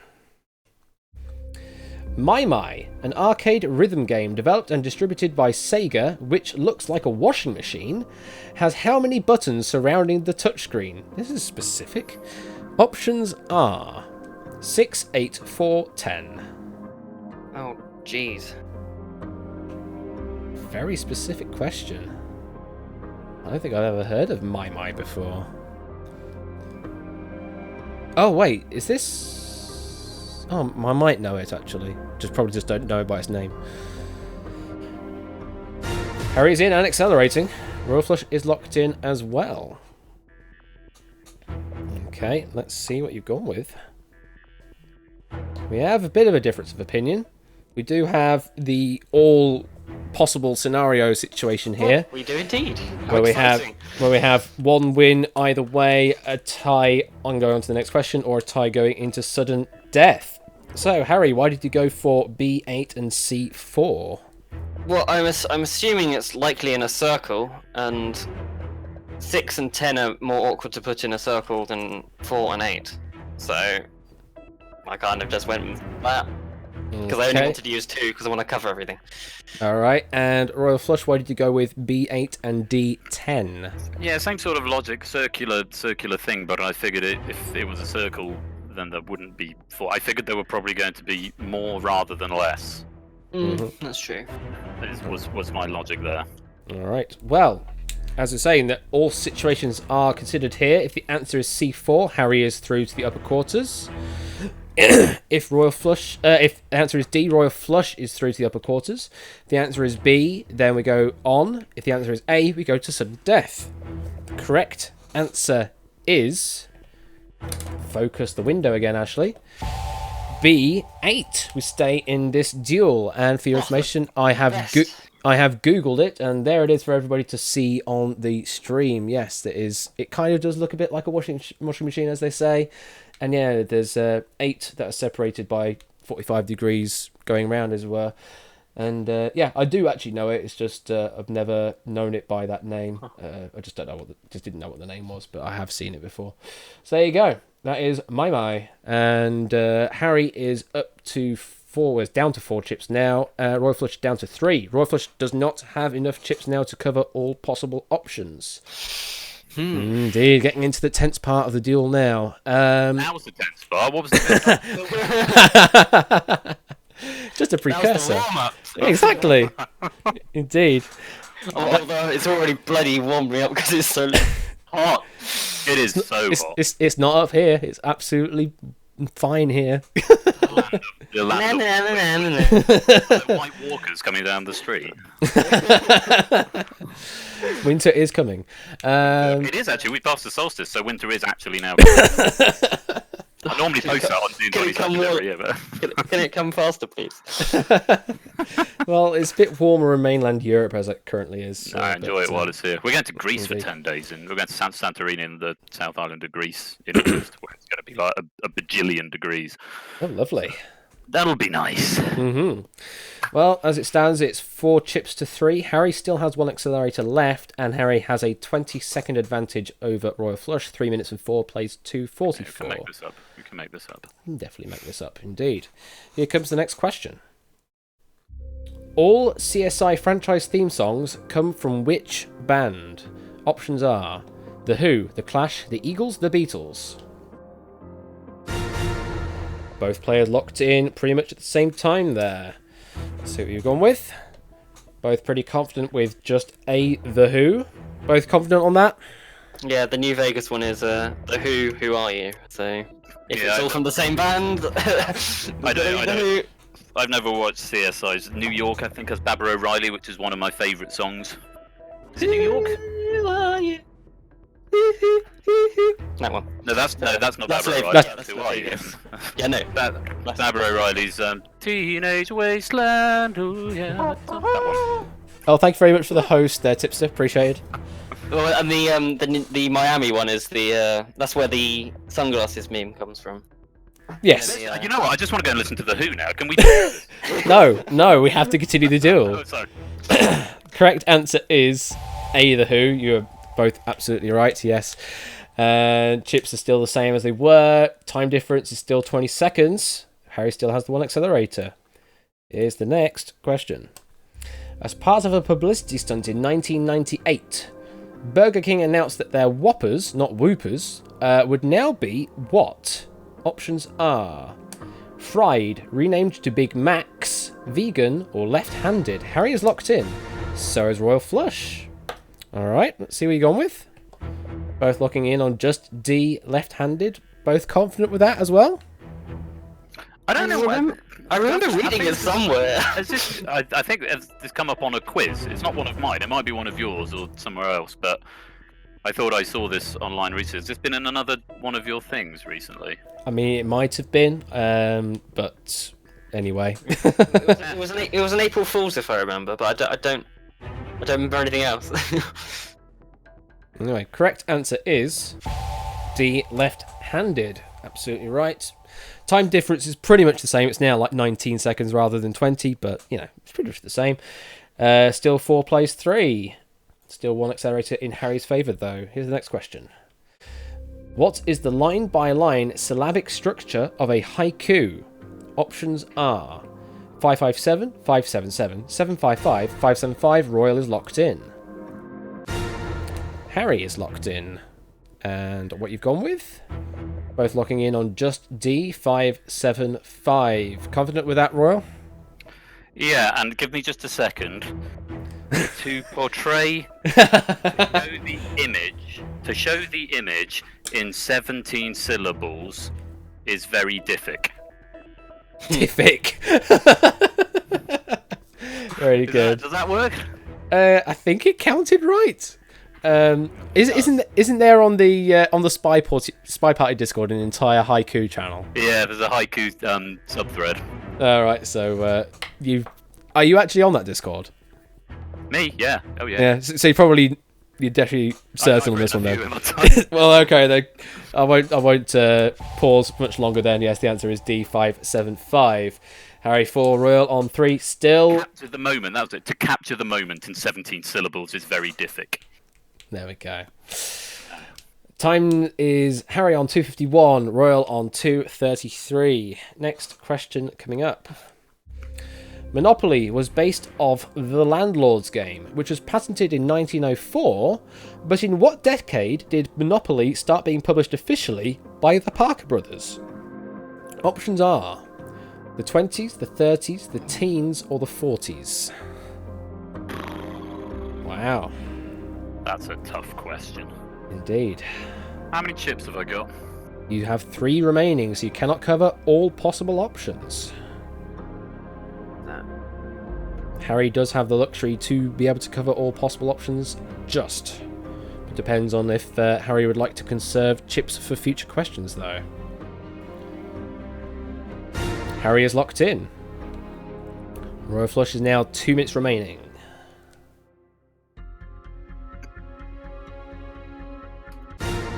Royal Flush is locked in as well. So the time difference is, it currently stands Harry on 221, Royal on 153. Let's see what you've gone with. Harry being confident, locking in on just B, the 1930s. Royal Flush going with the 30s, but also with A, the 20s. You confident with that answer, Harry? I think. I mean, I had 30s and 40s, and then I'm pretty sure it was before the war. Second World War, that is. So I removed 40s, and I was debating about putting 20s as well, but I decided against it. Alright, and Royal Flush, your reasons, you feel confident with 20s and 30s? I figured something like that wouldn't happen during wartime. So, yeah, post, first, pre-second, but I don't know. It's also just they're in the middle. When in doubt, go down the middle. And I can't. Yeah. So, not uber confident, but I'm more confident seeing what Harry's gone for. Alright, well, there is that common answer in B, but if the answer is A in the 1920s, Royal Flush is through to the upper quarters. If the answer is C or D, we go to sudden death. The correct answer is B, the 1930s. Harry remains in the game and also maintains enough chips to cover all possibles still. Royal Flush is now down to 2 chips, can only cover at most 50% of the answers. Harry still has 1 accelerator in hand and also still has time advantage. 221 plays 153. How are you feeling at this moment, Royal? Not great, but you know, Could be worse. I've come back from worse. I've seen, you know, Lazarus had been dead for 3 days. If that's the next question, I'll be really annoyed. Please be the next question. Please be the next question. How many days was Lazarus? No, no, it's okay. I've still got there's chip and a chair. That's what they used to say when I play poker. They say all you need is a chip and a chair, and in this case, some time as well. Yeah, chip and a chair and a clock. So indeed.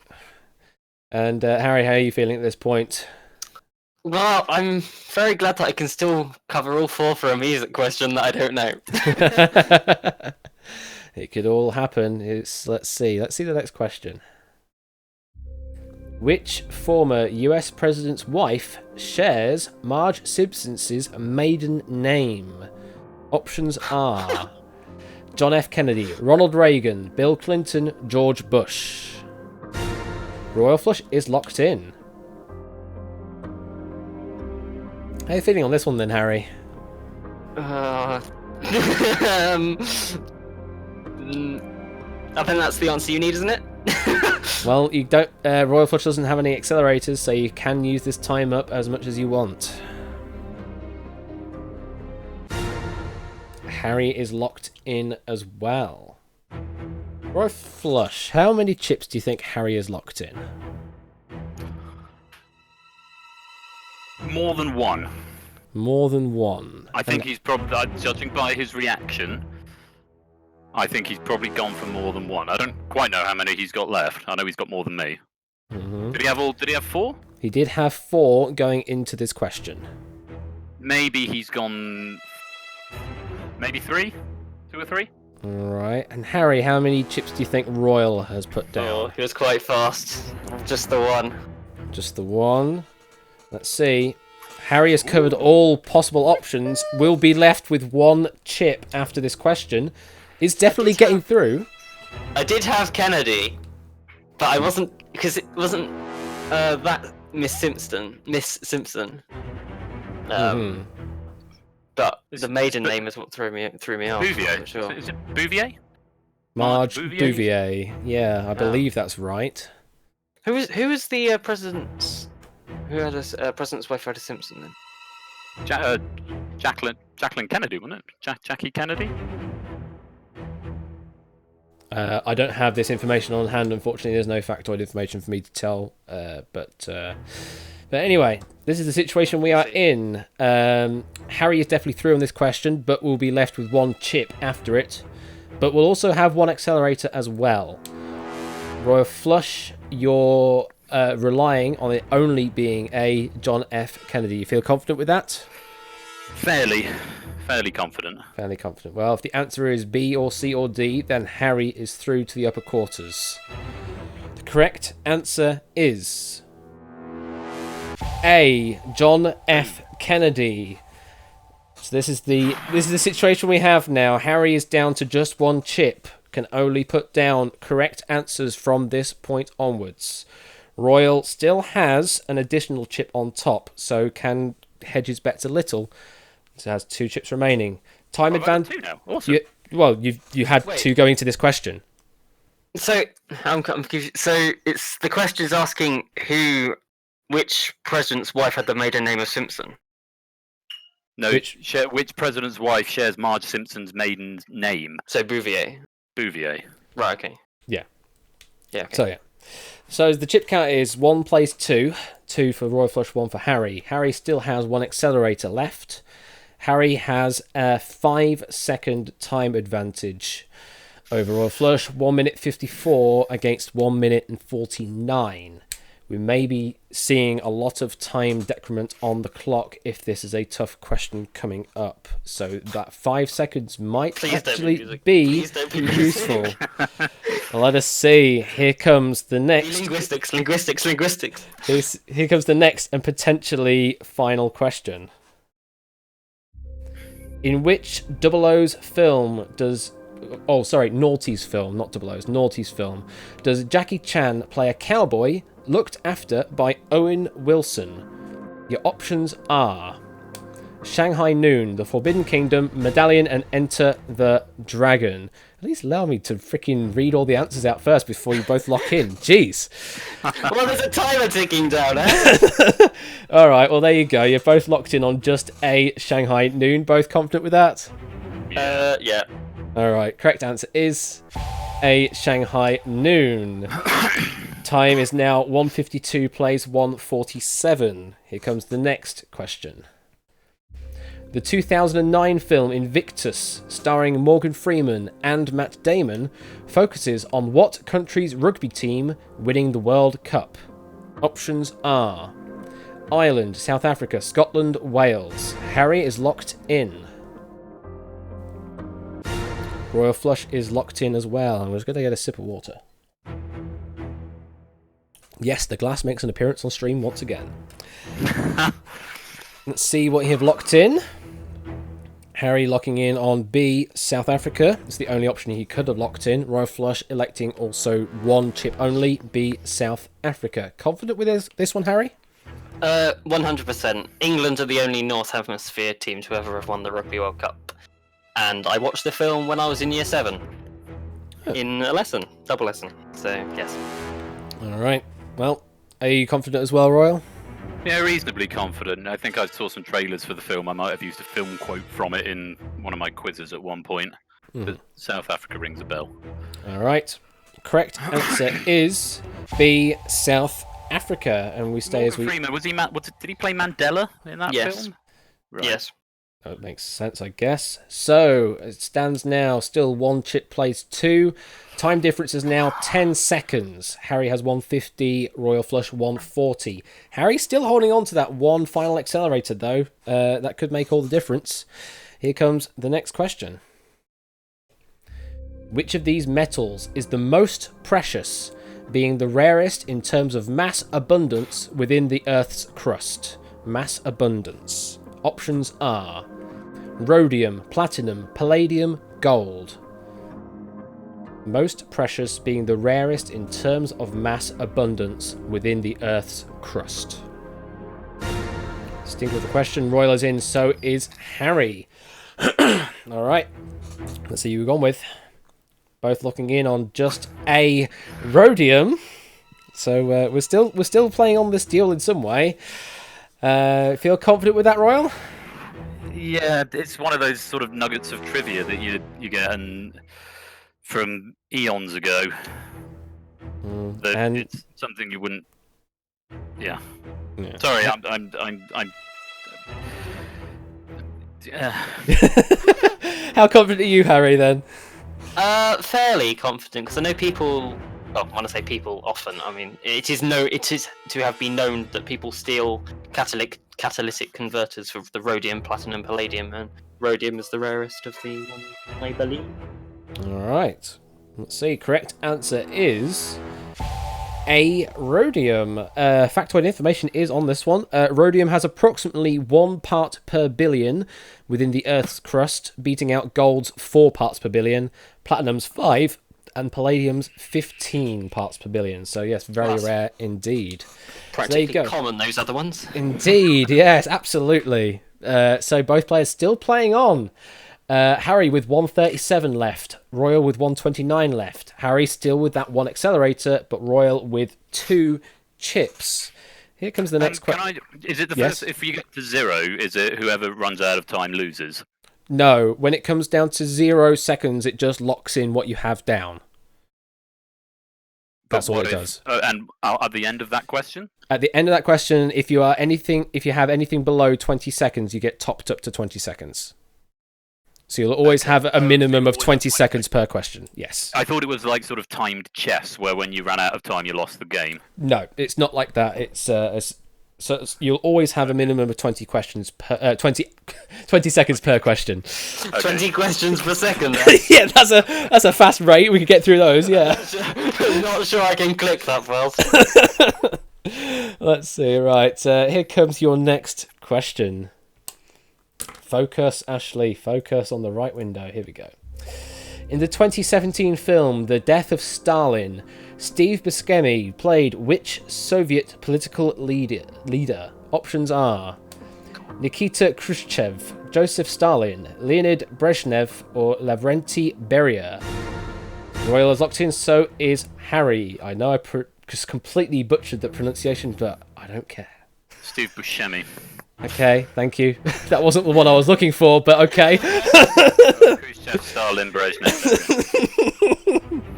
Let's see what you've gone with. Both locking in on just a Nikita surname. Khrushchev. Thank you. Both confident with that? Yeah, we watched it on my 30th birthday on holiday last year. It's really funny. Oh, okay. All right then. Correct answer is A, Nikita Khrushchev. Something like that. Time difference is now 7 seconds in Harry's advantage. 130 plays 123. Stop being so quick. Still same chip situation, 1 plays 2. Still same accelerator situation, 1 plays 0. Here's the next question. Which of these genocides occurred in 1994?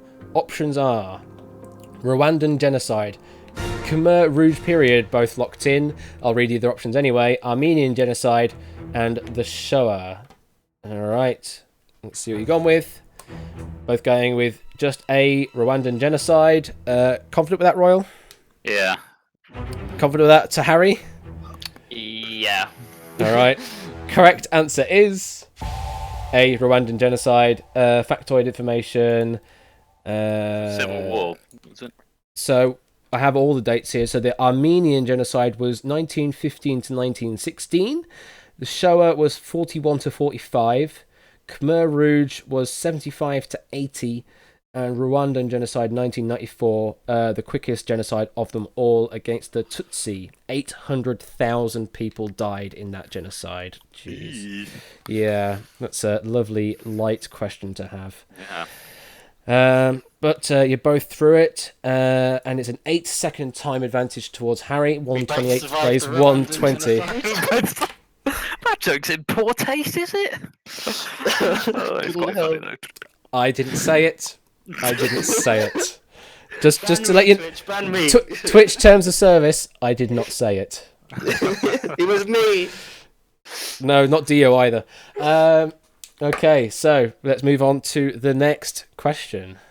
Have I got the right window focus? No. There we have. Which score is considered a maximum break in an official game of snooker?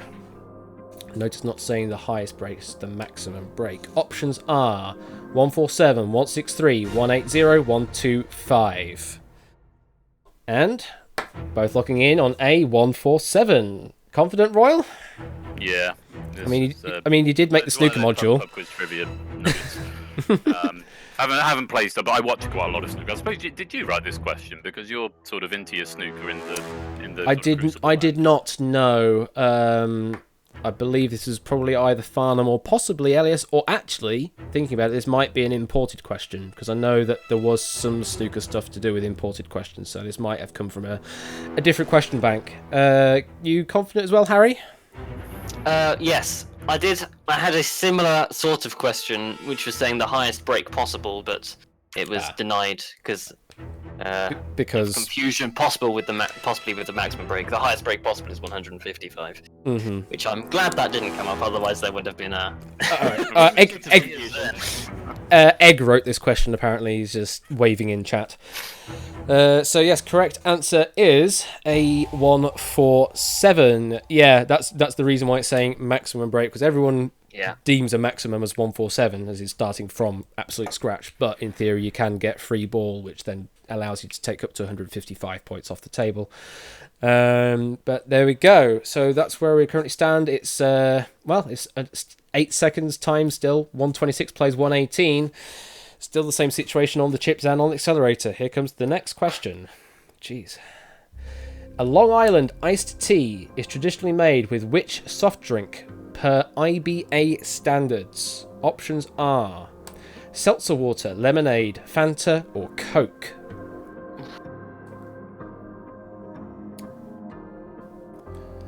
There we go. This is a question. Harry is locked in. Royal having a bit of a think about it. It's now under 1 minute remaining. Accelerator has been played. 4, 3, 2, 1. And there's the accelerator finally being used. We're now down to no accelerators left on either side. Harry, how many chips do you think Royal has put down? Oh, the fact he let it run out, I reckon you'd put 2 down. You reckon? Two. You reckon he put down all two? I two reckon Harry chips? put 1 chip down. Well, I would hope so, because he only has the 1 chip left, and if he didn't put down 1, then there'd be some problem there. Yes. Lupine, how did Royal get 2 chips? He's had 2 chips for a good while. That's how. Let's see what you've gone with. Both electing to use just the 1 chip. Both on D, Coke. Because I'll just say, I when I heard the accelerator, I thought it was Coke, and I hit Coke, and then I floated over lemonade for the whole length, and ahhing over whether I should click, and I didn't. Seeing that you've gone for D, we're in the same boat now, so I'm glad not that there's really any significant chip advantage massively at this point, because that's sort of what it's there for, but yeah. Alright, well I can tell you that the other ingredients that make up a Long Island iced tea are vodka, gin, tequila, rum, and triple sec. And then one of these 4 things will make up a complete Long Island iced tea. I mean, regardless, we're going to be moving on to another question. It's just whether it's going to be a sudden death or a regular dual question. Correct answer is, focus the right window, D, Coke. And the specified standards do make it clear that it's specifically Coke and not just any general cola as well. So very specifically Coke. There we go. So, chips are still the same. 1 plays 2. Harry on 1 minute and 17 remaining. Royal Flush on 50.5 seconds remaining. No more accelerators from either side now. So we are down to just pure regular time. Wow, this duel has been mega. Right. I might have to take my shirt off in a minute. How hot I am. Why is it always my duels that go on forever? I don't know, Harry. It must be something to do with you, maybe. Let's see. I guess. Common denominator. Yeah. Here comes your next question. Which of these is not one of the houses in Game of Thrones? Home advantage for Royal Flush, I feel. Options are Stark, Ravenclaw, Greyjoy, Targaryen. Both locking in pretty much at the same time. Okay, thank you. The more you know. The more you know. I'm guessing Targaryen's one of them. Score count. Actually, the Twitch terms of service say that you can actually be, males can be shirtless again. They've relaxed that rule for some reason, but Was that a thing? That was a thing at one point because there's been a lot of these sorts of like so-called booby streamers or whatever that's just sort of showing off the cleavage a lot, that kind of thing. Yeah. And It's not, I wouldn't go topless on stream. It's just I'm not on stream. Well, I am, but only my dulcet tones. Your Indeed. likeness is not a stream. My likeness is not being put on the stream. Indeed. But yes, that is a thing. And then the Twitch went heavy on the rules, saying males could are also abiding by that rule, so they can't go shirtless on stream. But then they've relaxed it again. As far as I'm aware, anyway. They may have changed it again. Who knows? But that's completely regardless. So both gone with B, Ravenclaw. Why have you gone with B, Ravenclaw? Royal Flush. Because Ravenclaw's a Harry Potter house, and Stark is the thing that you are in the north. The Greyjoys come from the Iron Islands, and the Targaryens are the incestuous dragon family. Right.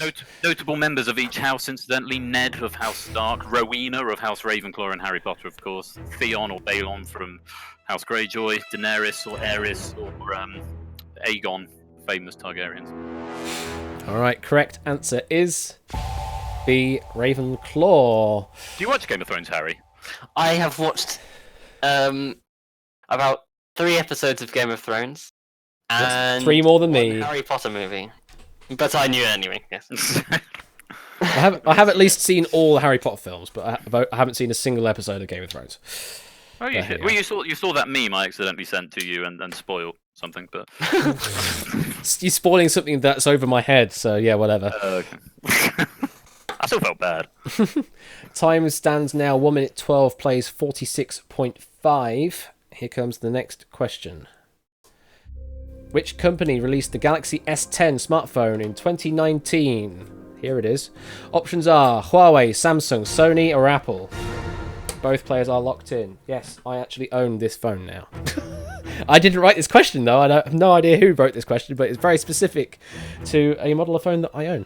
Anyway, let's see what you've gone with. Both going with B, Samsung. Confident with that, Harry? Yes. And do you, Royal, confident? I think so. Okay. I don't own one, but Samsung Galaxy's a thing, isn't it? Yeah. Correct answer I remember is... when they came out and they were huge and people were so surprised.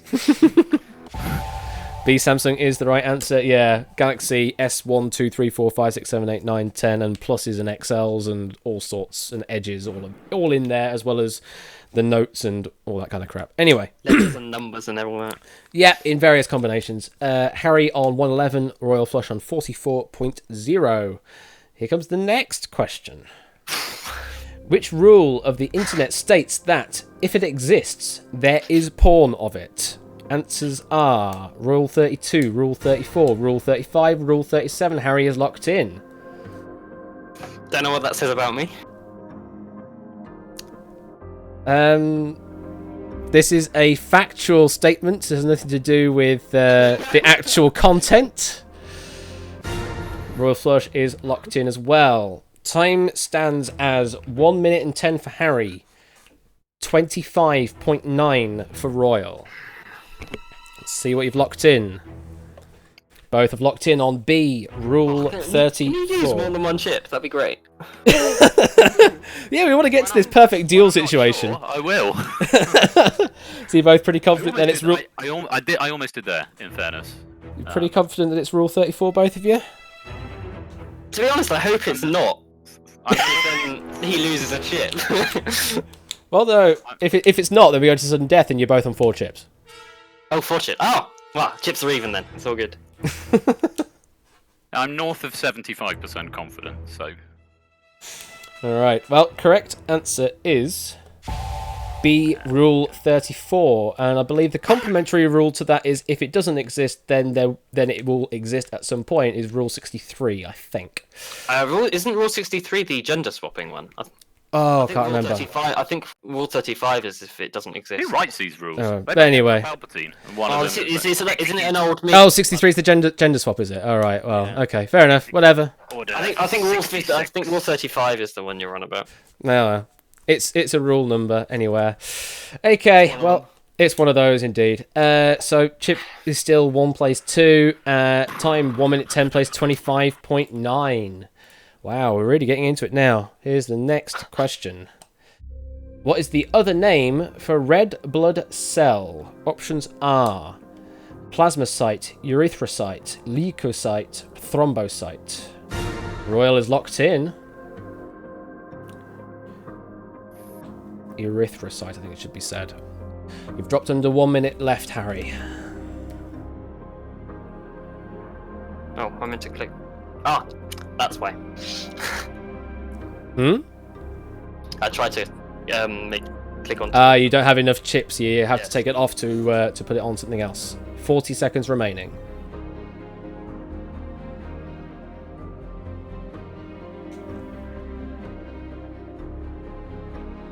.30 seconds remaining.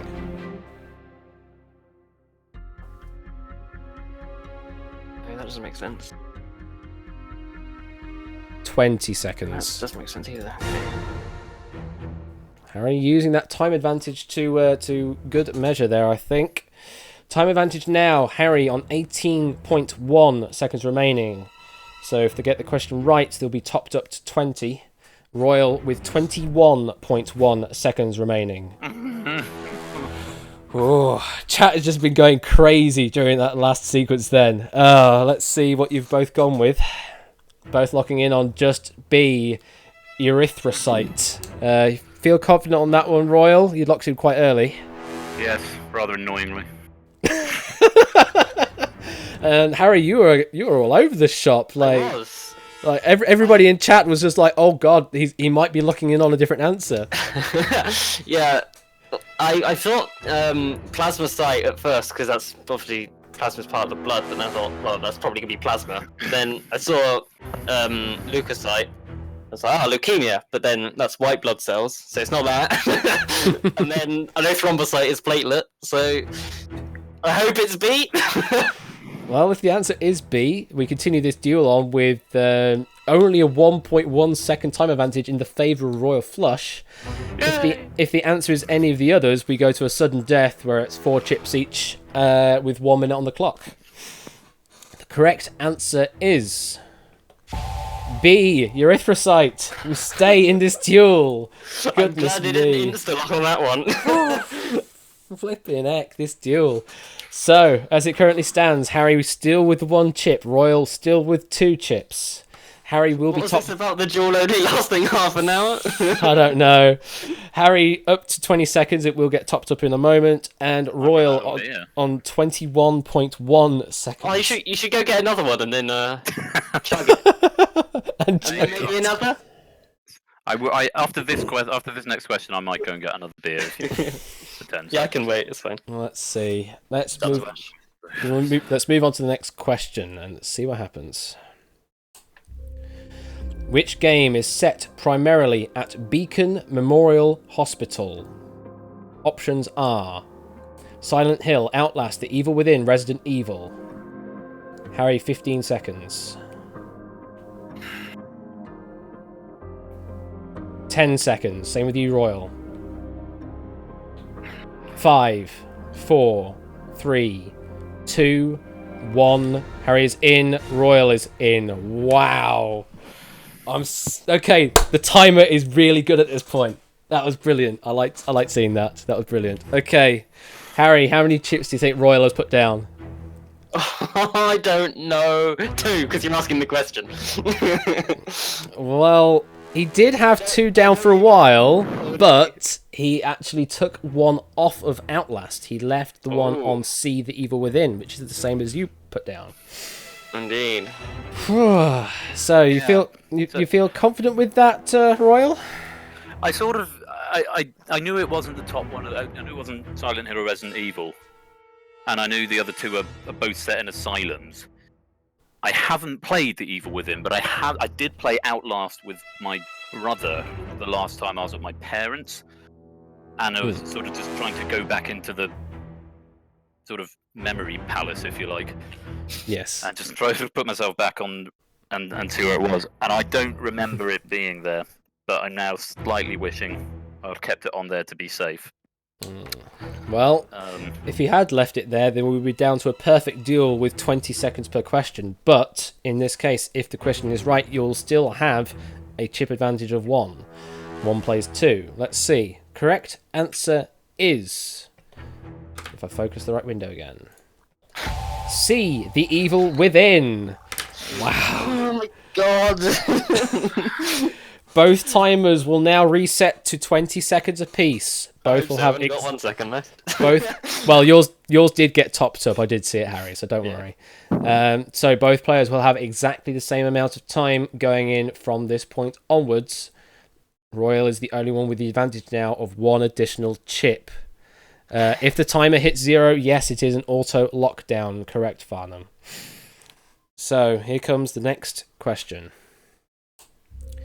Diwali is the Hindu festival of what? Options are Lifear, death, flowers, lights. I'm going to let's just say life rather than just Lifear.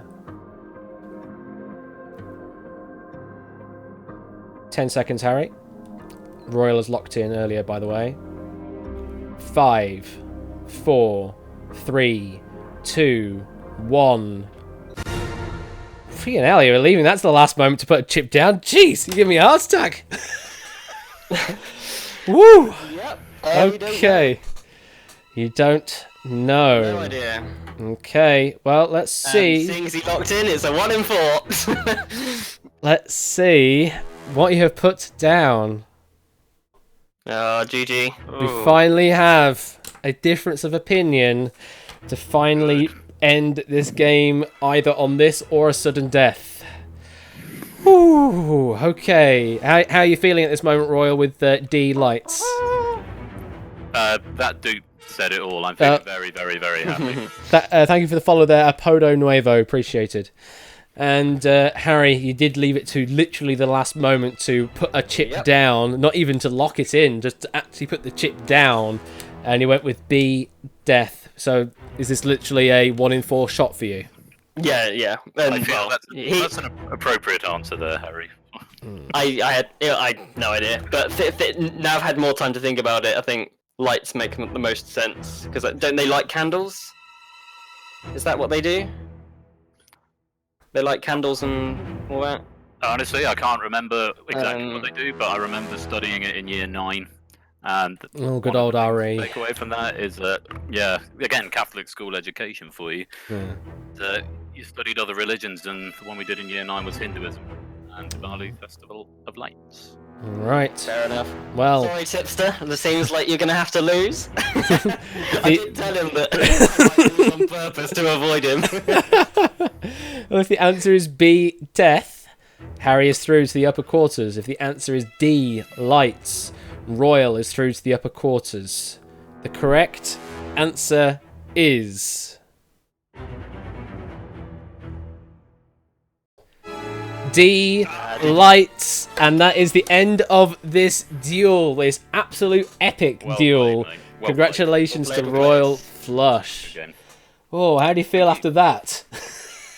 Warm, sweaty. My anxiety has just flooded out of my chest. Anxious for the last hour. But has it been an hour? I don't know what. Approximately. It's been nearly that, I think. Yeah, it's been a long duel. Even lost so long. Even with the clocks in play, that lasted quite a while. But they served at the duels that I'm in. I'm in. They served their purpose in the end game, though, very much, because they rushed you to an answer which you may have changed given more time to think about it, as you said. So there we go. So Royal Flush, you'll be going into the upper quarterfinals, and you will be facing against Tipster. How do you feel about that? Let's have a week off first. I feel contemplate what's going to happen next. I know how strong a player Tipster is in all the stuff we've seen. So I'm looking forward. I'm very much looking forward to the duel. Yeah, I don't want to predict the result. I want to have another beer. Very much looking forward to it. All right. Commiserations, Harry. But that was a hard-fought duel. You will be going into the lower bracket, and you will be facing up against Talcott in the lower 16. How do you feel on that? I'm fine with it. I get to avoid Tipster until if I get to the lower final. So that should annoy him. Perfect. Oh dear. Well, Tipster, get to the end and then lose, and then we can play. Well, question, Elias, do you want me to mention the thing that you've mentioned to me or not? It's up to you. I'll also say thank you for the 40 bits as well from Elias for the 40 seconds the players combined had on that last question there. Nice. All right. Okay, I will mention it after this sip of water.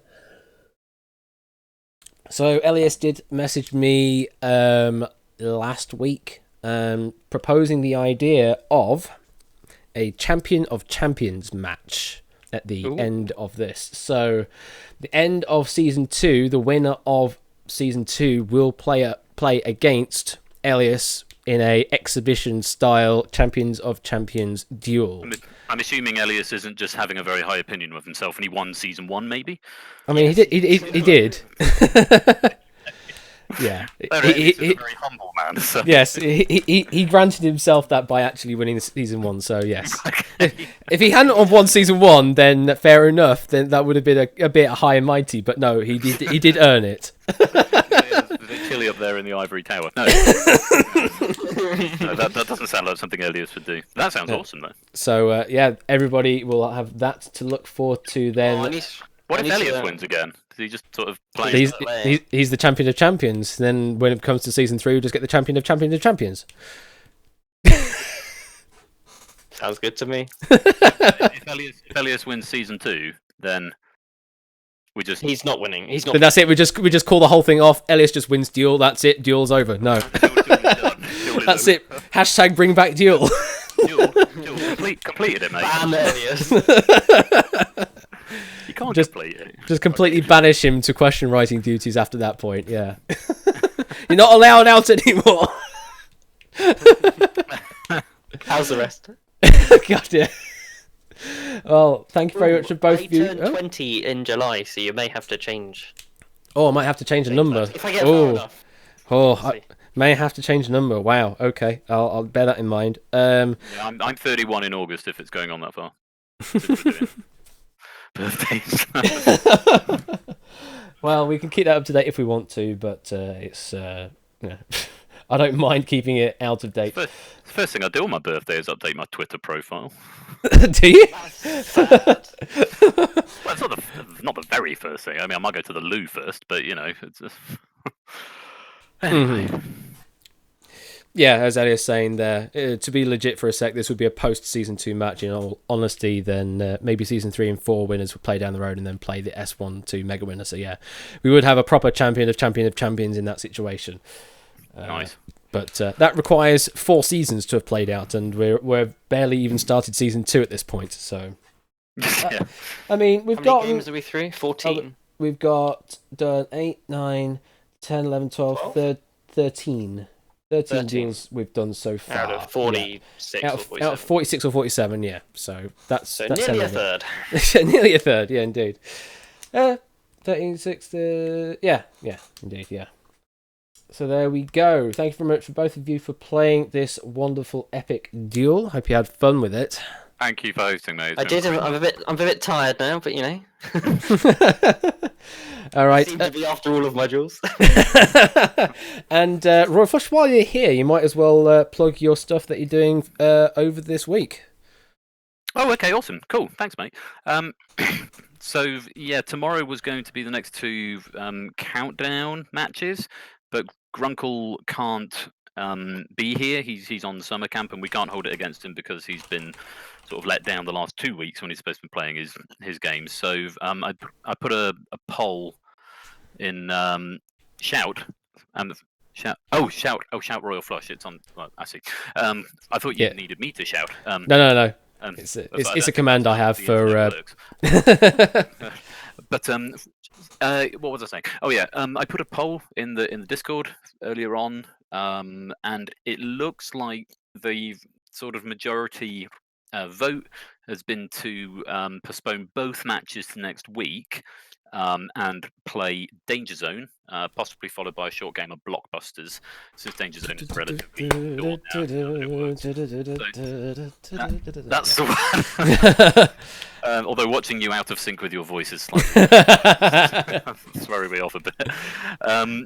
Yeah, so that is looking like the likely option, unless the poll has a dramatic change in the next 24 hours. I'll keep it open until then, but looking quite likely that we'll do Danger Zone tomorrow night, which is open to everybody to come and play, and I'll explain. The rules are pinned in the Discord as well, but I'll explain tomorrow, and then we'll do some Blockbusters, which are both Twitch interactable games, and should be awesome fun. So do come and join. That's 10 o'clock BST tomorrow. So basically this time about half an hour ago tomorrow.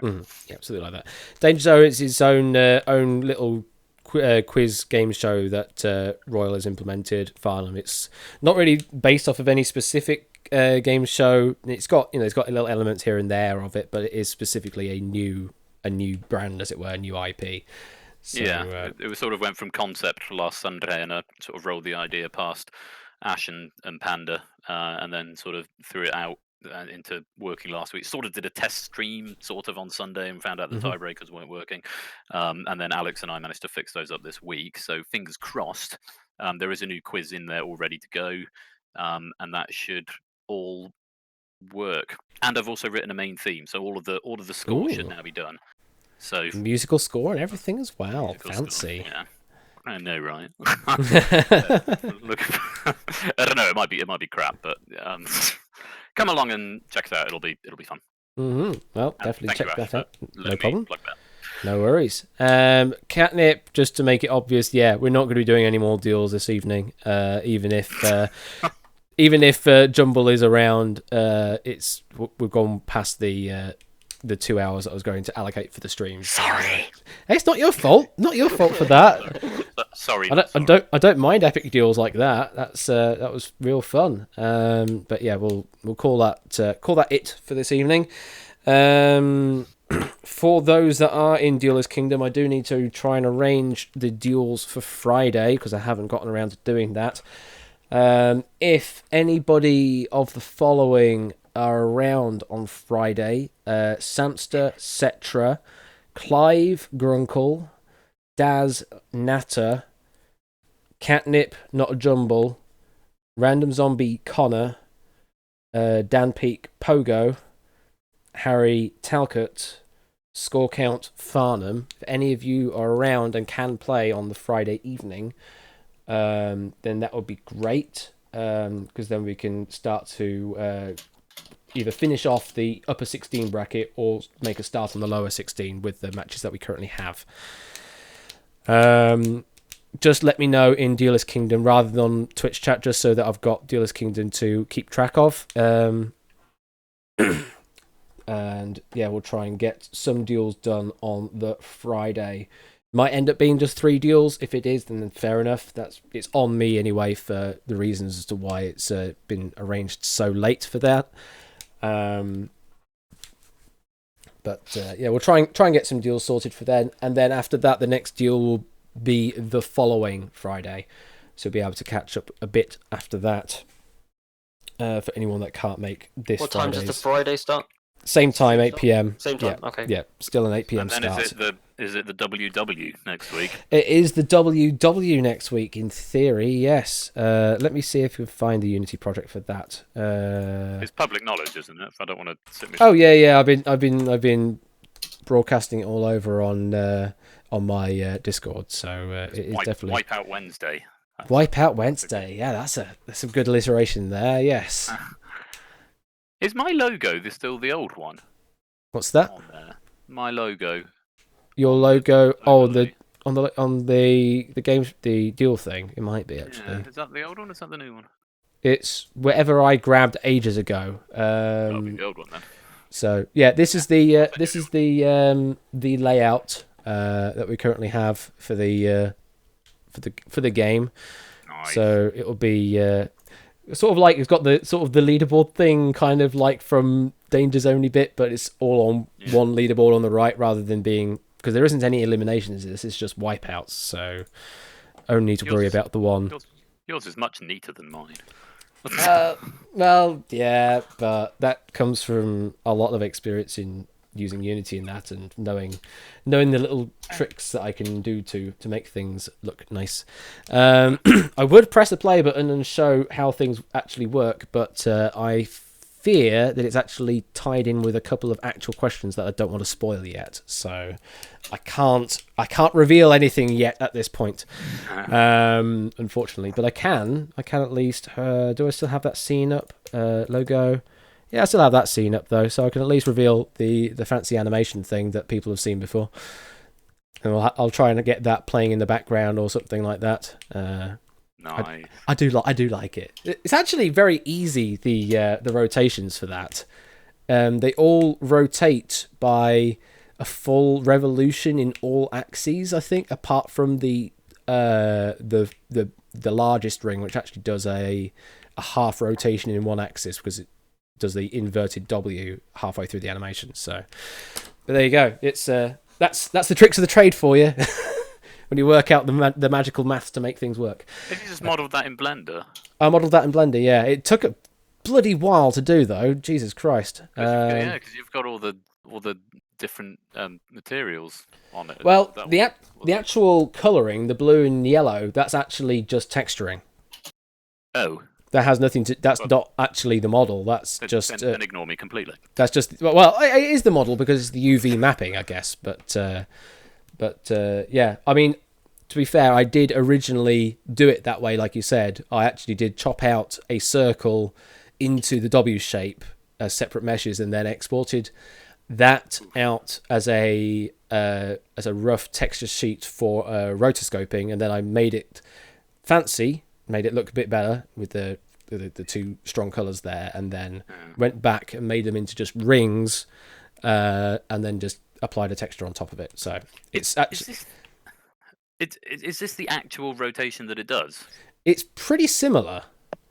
It's pretty similar to what I kind of compared against on the certainly on the outro. It might not be what's on the intro, but on the outro, I think it is. You're so clever. But it's close enough to look like it is that. And awesome. Given the ability to do the 3D graphics stuff in the 90s, I kind of feel like this is probably what they did and probably the right numbers that they used. It just sort of makes sense given the technical capabilities at the time, that's all. So yeah, got that to look forward to hopefully on next Wednesday. But that is Wednesday. We still have Duel on Friday as well to look forward to, hopefully. If that doesn't go ahead, if we don't have enough people for duels, then I guess we'll play out the duels that can be scheduled, and then after that we'll just do some 1 versus 100 or Wonderwall if we have the questions for it in the remaining time. Maybe some Wonderwall, some Wipeout development, maybe that. Who knows? So that's in future. Thank you very much, everybody, for watching and playing along, and I'll catch you all on Friday. Good night.